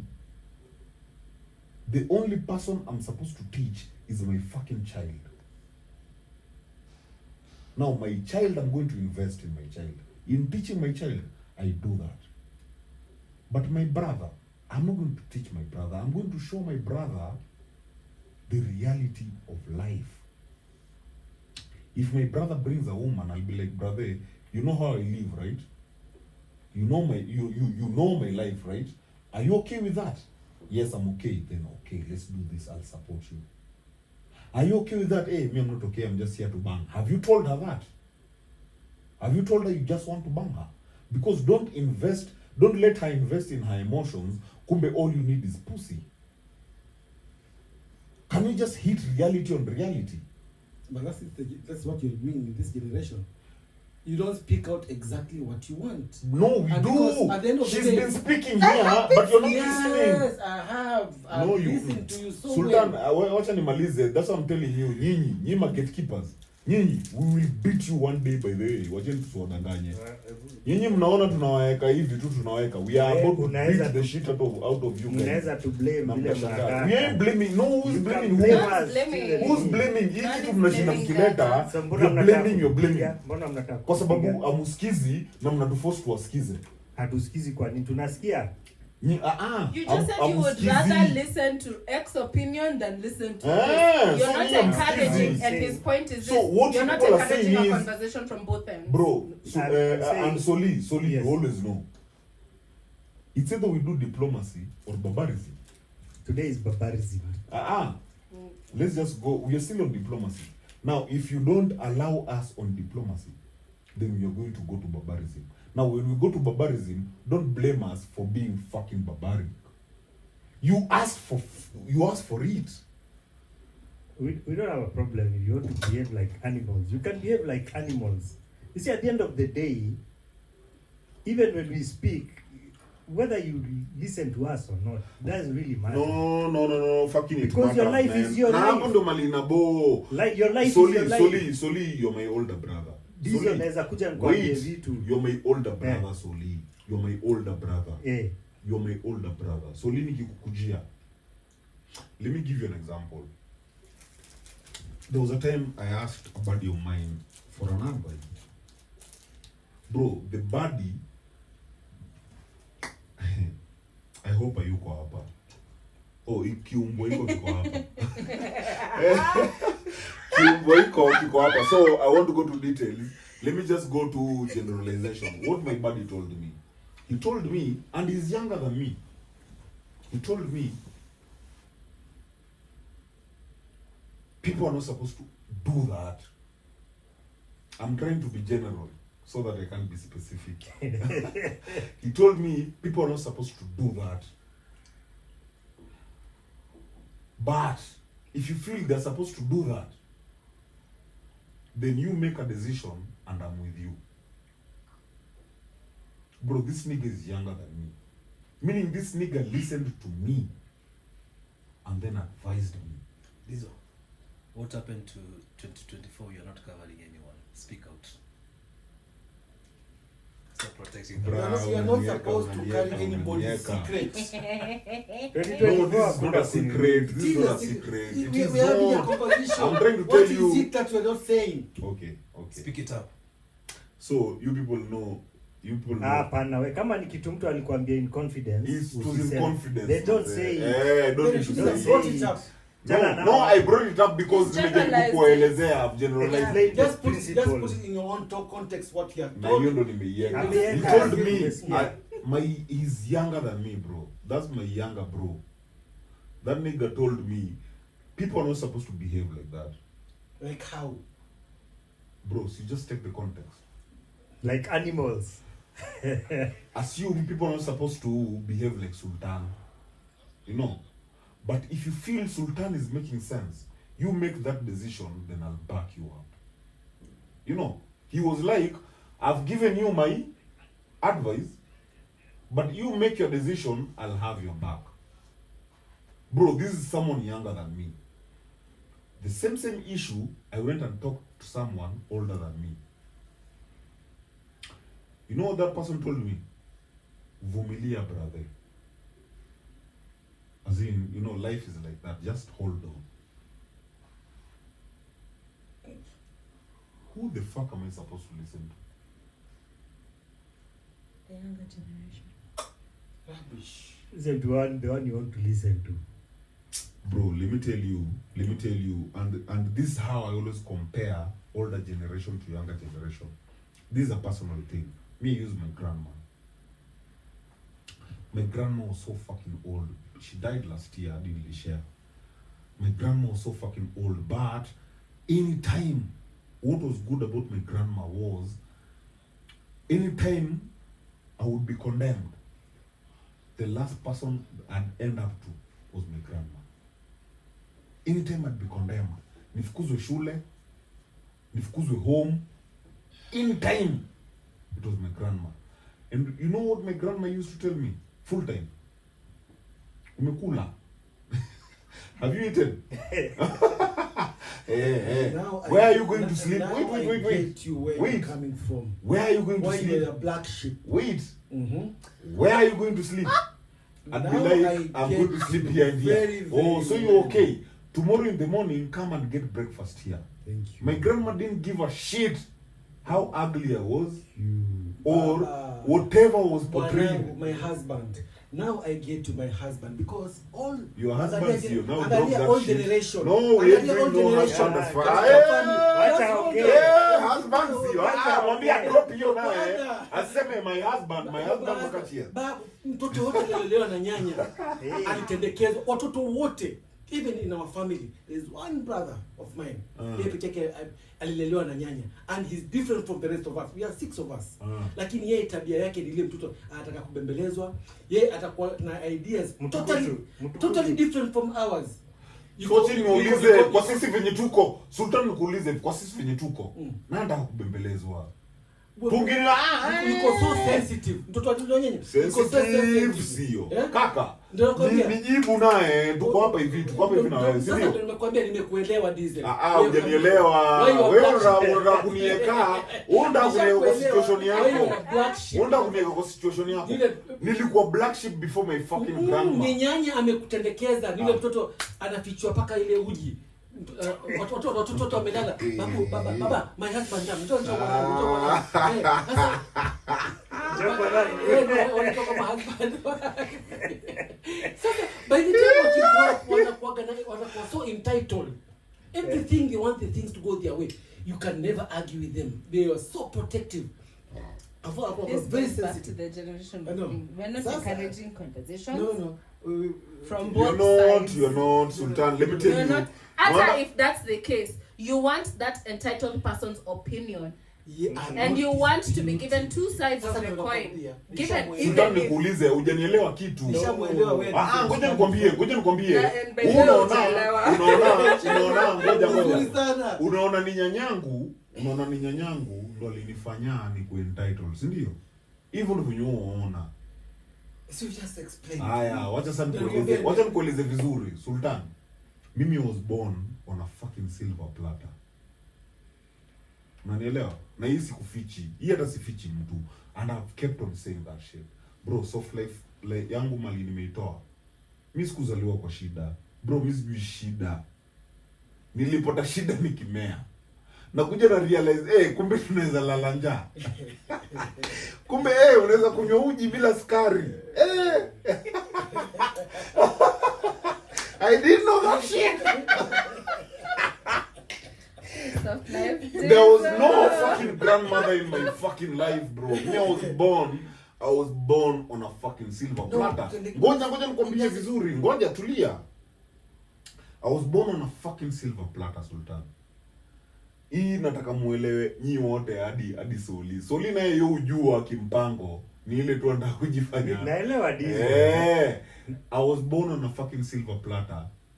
Sultan, I grew up on a silver platter. Mimi sikuwa na shida.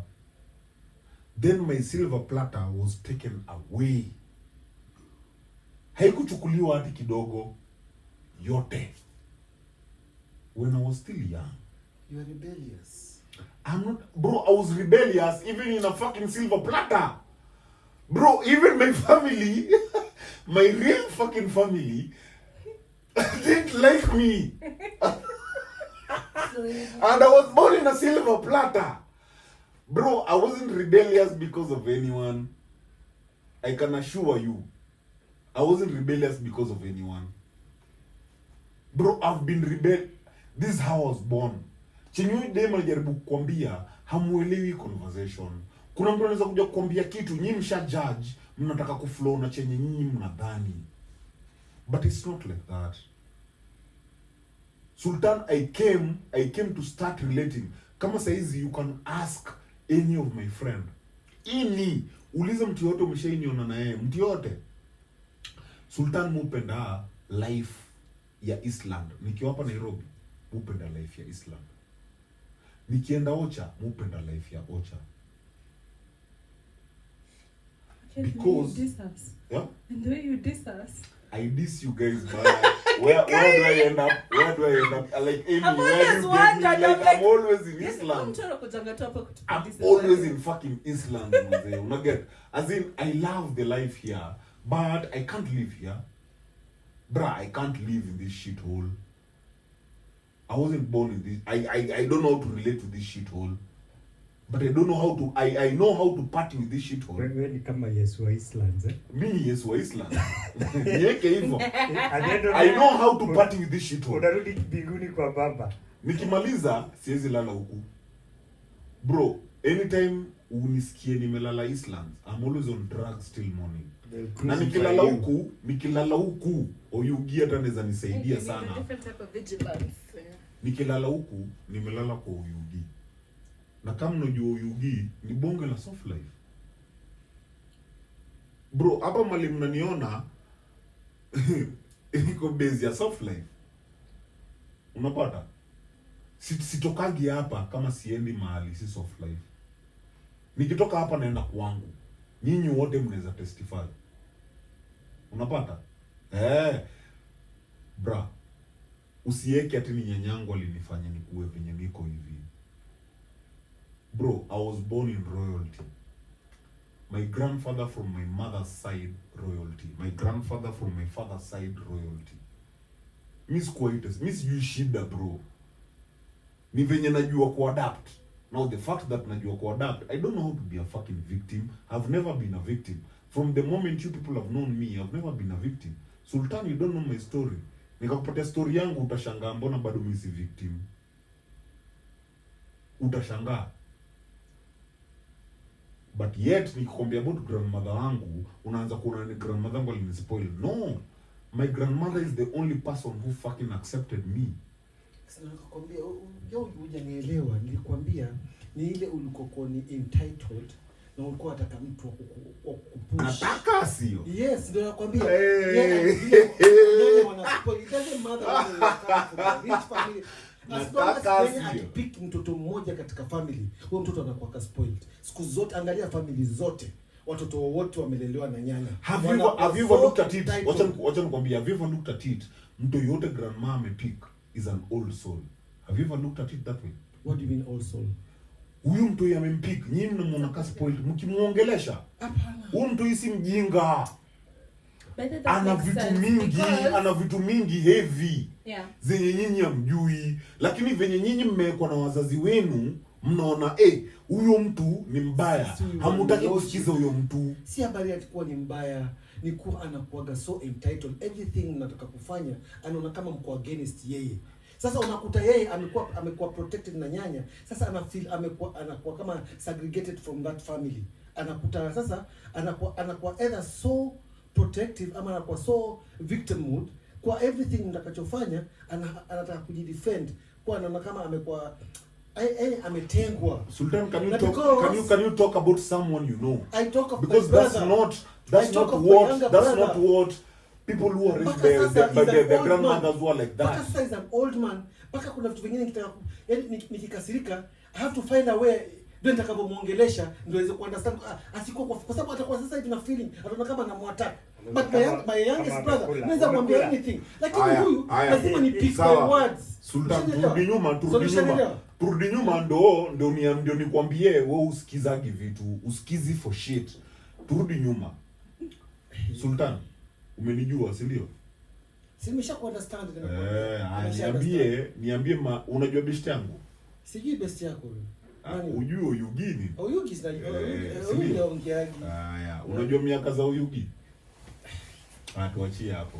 Unajua best yangu? Ujui Solini? Solini best yangu. Unajua Solini miaka ngapi? Ni mtu wa 40s. Hapo. Kaka wewe si best yangu. Wewe si best yangu. Niambie best yangu mwenye unamjua, mwenye ni mdogo. Bro, mimi nitakuletea best yangu mwenye ni mdogo wangu. Ndio huyo mwenye nilikuwa namuongelelea huyo. Best yangu ni mdogo wangu. Ni mdogo wangu. Na sasa merezio na grandmother. Mimi si best yangu, wacha ni check kwanza kama yuko. Mimi ndio nimuongelelee. Ngoja kwanza ni check kama yuko. Thank God. Thank God ameenda. So ninakuaga na best yangu mwenye mufanya naye football KE. Unanisikia? Anaitwa Galamo. Ndio mdogo sana. Ndio mdogo. I know Lamo. Lakini ukibonga naye bonge la old soul. Old soul. I agree with you on that. Unaniget? Na hajareziwa na grandmother yake. So Sultan, ongelea brother yako. Usigeneralize na generalize. Watu wote nimeinteract ambao wamekuwa kidogo interaction with their grandmothers. Wanakuaga na grandma boys. Wanakuwa na ile feminine, yani wanakuwa so entitled. That's what I'm saying, entitled. Alafu hawataki kupingwa. They always feel they are always right. Wanataka kila kitu kiwe chao. Yani wako so selfish. Mimi soma pale ujisome naye. Jisome. Ama tusome. Men age like one. Why? Sultan ameenda. Kaende. Sasa unaona sasa this is get into his feelings. Kwa sababu nimemwambia ukweli. Sultan. No, tena pia usini-confuse when I'm passionate na feelings zangu. Sultan by the way mko very passionate. Haikuwa ati I'm into my feelings. Unaget? I'm very passionate. Uliza mtu yote hapa hivi. Mjamaa siku za kwanza alidhani muingie into my feelings. Hakuja ka realize by the way hakuna kitu tunakatch. Hata kwa hivyo akimaliza atalala. Kisha analala. Hata sijui kama mko. Lakini unajua tulikuwa hii microphone ndio inatoa watu hewa. Hata Sultan alitumia last time after show immediately akabla. Aje mala. Ulichu. Kabisa. Na nilikwambia hapo kio peke yako hapa. No, Lazima mwagike lakini hapa lazima mahali mwagike. nilikuwa. Hakuna cha mahali. Sultan nataka uelewe. Kuna kitu moja nataka uelewe Sultan. Na it took me a minute kuambia umse. Sultan, there are many individuals in this world. Bro, there's no community anymore. If you want to create a community, then start by you. Don't assume because this nigga is a Muslim, this bitch is a Muslim, we can start a community. It doesn't work like that. It works that way. No, it doesn't. Bro. Unless you're talking of this generation, but No, Kwani, what am I talking about? Do you think I'm talking about your Since day memorial, Sultan, there was wacha structures. nikwambie kitu. Most of my exes are Muslims. Bro, na si Muslim peke, maborana. Wewe unajua venye kupata wasichana ni wagumu. Most of my exes ni borana. Bro, I've never been Muslim. Utobora na gani walikuwa wametairiwa borana. Baba yao naye. Wewe kwanza unajua borana. Borana alikuwa anawapata no. Kwanza nilikuwa na watatu fulani, na wote hao watatu walikuwa na squat ka fucking na wametairiwa. Budu unamshika hivi unamunyandu unasikia Unajua kojoi. Kojoa, nikojolee naye. Nikojolee, bora unapenda mboro. Wazo. Mboro na kugonga. Kojoa. Wasema nini? Sasa point yangu ni hivi Sultan, whatever I'm telling you is fucking listen. Listen. It doesn't matter where you're from, it doesn't matter the age you're in, it doesn't matter shit. Just listen. Manze ujui utaambiwa nini? Wewe unataka kuja unajifanya tumekuja kwa advice. You're not our elder. Ama ndio elder wa Twitter. Mimi I always say I talk through experience. Experience makachia. That's Onge experience. I only speak from what I know. Hebu acha kwanza nimeona bibi yako amekaa hapa hivi kukutetea. Wacha tusikie bibi yako. Mariam, hebu please come help your husband. Tutamnyorosha. Sultan tutamnyorosha. Tetea Sultan. Mariam come and help. Huyo Mariam aliangusha receipts za Sultan. Sultan akiona demo hapo. Nashanga Mariam, why are you so invested in that shit? Why are you so invested? You must be his fucking wife. Unataka kutafuta watu wa kuja kujoin wako like mbona huyu mtu married anafanya hivi? Na cheka hivi. Weka Mariam. Mariam.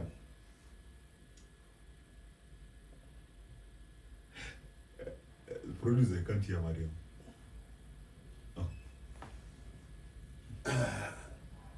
There's a way she laughs, but then Mariam has a fucking laugh. I hope I'm not talking about your wife though. Aongea kwani Mariam ucheka fiti. Mariam anaweza cheka umbao. Azini yetu kucheka tu, acheke tu. Umbao. Muulize kama ni borana. Mariam is speaking. Alafu unajua na kuaga na ile ya unaanza kuimagine, you know when we started the show ilikuwa tunajiambia kuna venye mademu ungeona low tone. Alafu inakuta on. Mariam naturally speaks like that, man. She speaks on a low tone. Sultan da kunyandulia wewe bibi yako yani. Sijui ni mrekodi. Hizo tutamchukulia BNB. Wewe Mariam. Tutachukulia BNB bwana. Ile unaongea. Yo ongelesha kila mtu hivyo. Sasa ndo maana Sultan aliingia box na jielewi. Mariam kumbe anachukua receipts zake. Lakini ni wife wake pia. Twitter wife. Twitter. Mariam ni real wife wa Sultan. Hiyo narrative diesel alianza upuzi tu. Nikashika. Like a joke. Mimi siamini. Nyi wawili kuna venye both of you talk, it doesn't make sense. Nyinyi But we talk of reality. Unajua ubaya nyinyi. Kwani mnajuana ndio Hamtaki mtikiane? kuzungumza reality. And what we speak, tunazungumza You and Mariam. what we are going through. You and Mariam No, speak no, no, I reality. speak from what I go through. And maybe kidogo inafanana. Gatekeeper. No, it's not about gatekeeping. It's just speaking from what we know. So nakuja kumtetea. Where is she, baby? She's amekuja kutetea Maria. Wacha producer tusikie anatuambia nini. So since I was put on blast and made to explain my position, and half of you have listened, my question is this: why are we encouraging people to continue having kids? Because this is my thinking. Yeah. Why are we normalizing having children in an economy that's changed, in value systems that have changed, in family structures that are broken? Why are we normalizing the conversation that you will be sad if you don't have children? Because I don't think that's true. Old man, me agree with you. Because honestly, everything is tipping towards telling people, why don't you think differently about your life? A pride of a woman is to be called a mom. Ah. A pride of a woman is to be called someone. Bro, let me tell you. A Sultan. pride of a woman Okay, is to have, okay. Sasa wacha is nikufundishe. to akuwe na nyumba yake, boma yake. Hiyo ni uongo. Hiyo That's a ni pride hiyo ni of a kweli. woman. But not to be called a mom. Kwa na boma yako, yes. A pride of a woman is not to be called a mom. What are you talking The about? pride of a Utakuwa na woman is nyumba to yako be na called mama. a queen. Not a The queen. pride of a woman is to be called a Of course, queen. a queen has to have something which are going to back up. Nope, She's called a queen.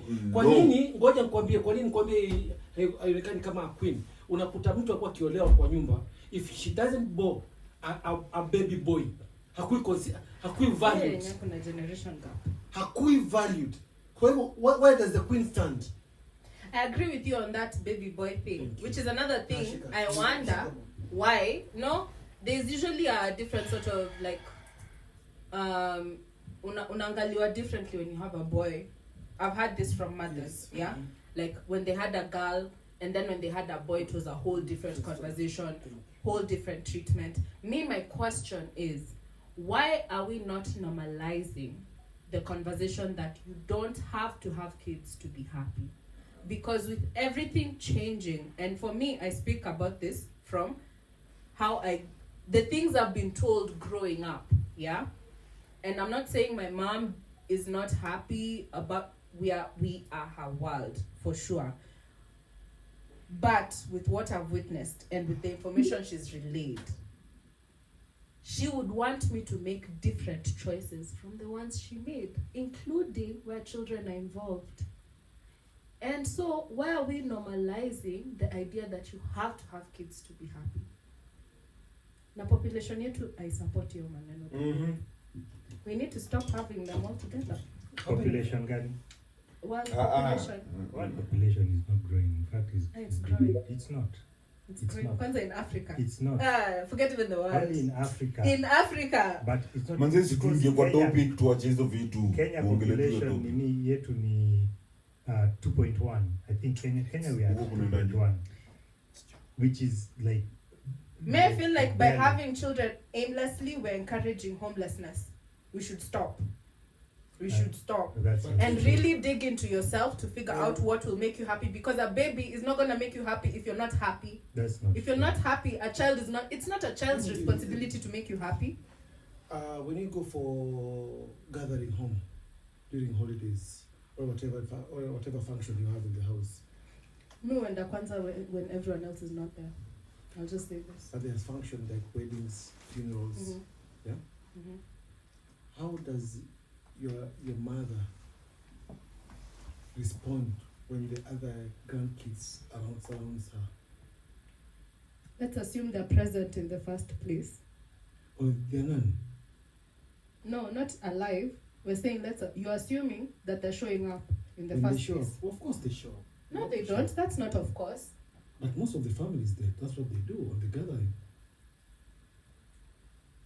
And sifa ya nyanya ni kuona wajukuu wake. Okay. To play around with the kids. That's why nakuuliza, unasikia mama anakuuliza, when are you getting married? When am I having my grandkid? For my grandmother, yes, I can understand that conversation. For my your mother, I'm talking about your mother. it's not the conversation I have. then she's not teaching you the right things. No, That's that's my debatable. assumption. That's my assumption. That's debatable. Yeah.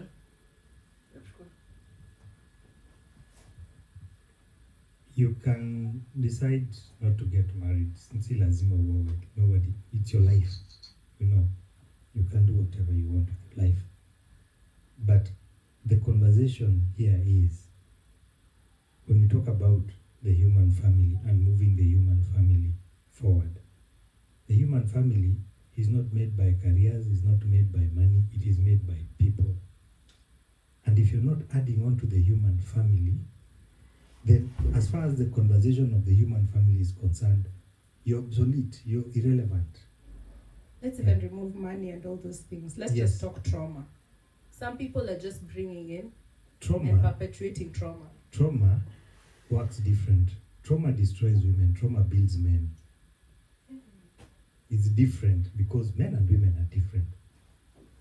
Yeah. But that's true, I mean. As in trauma builds men, trauma Destroys women. women.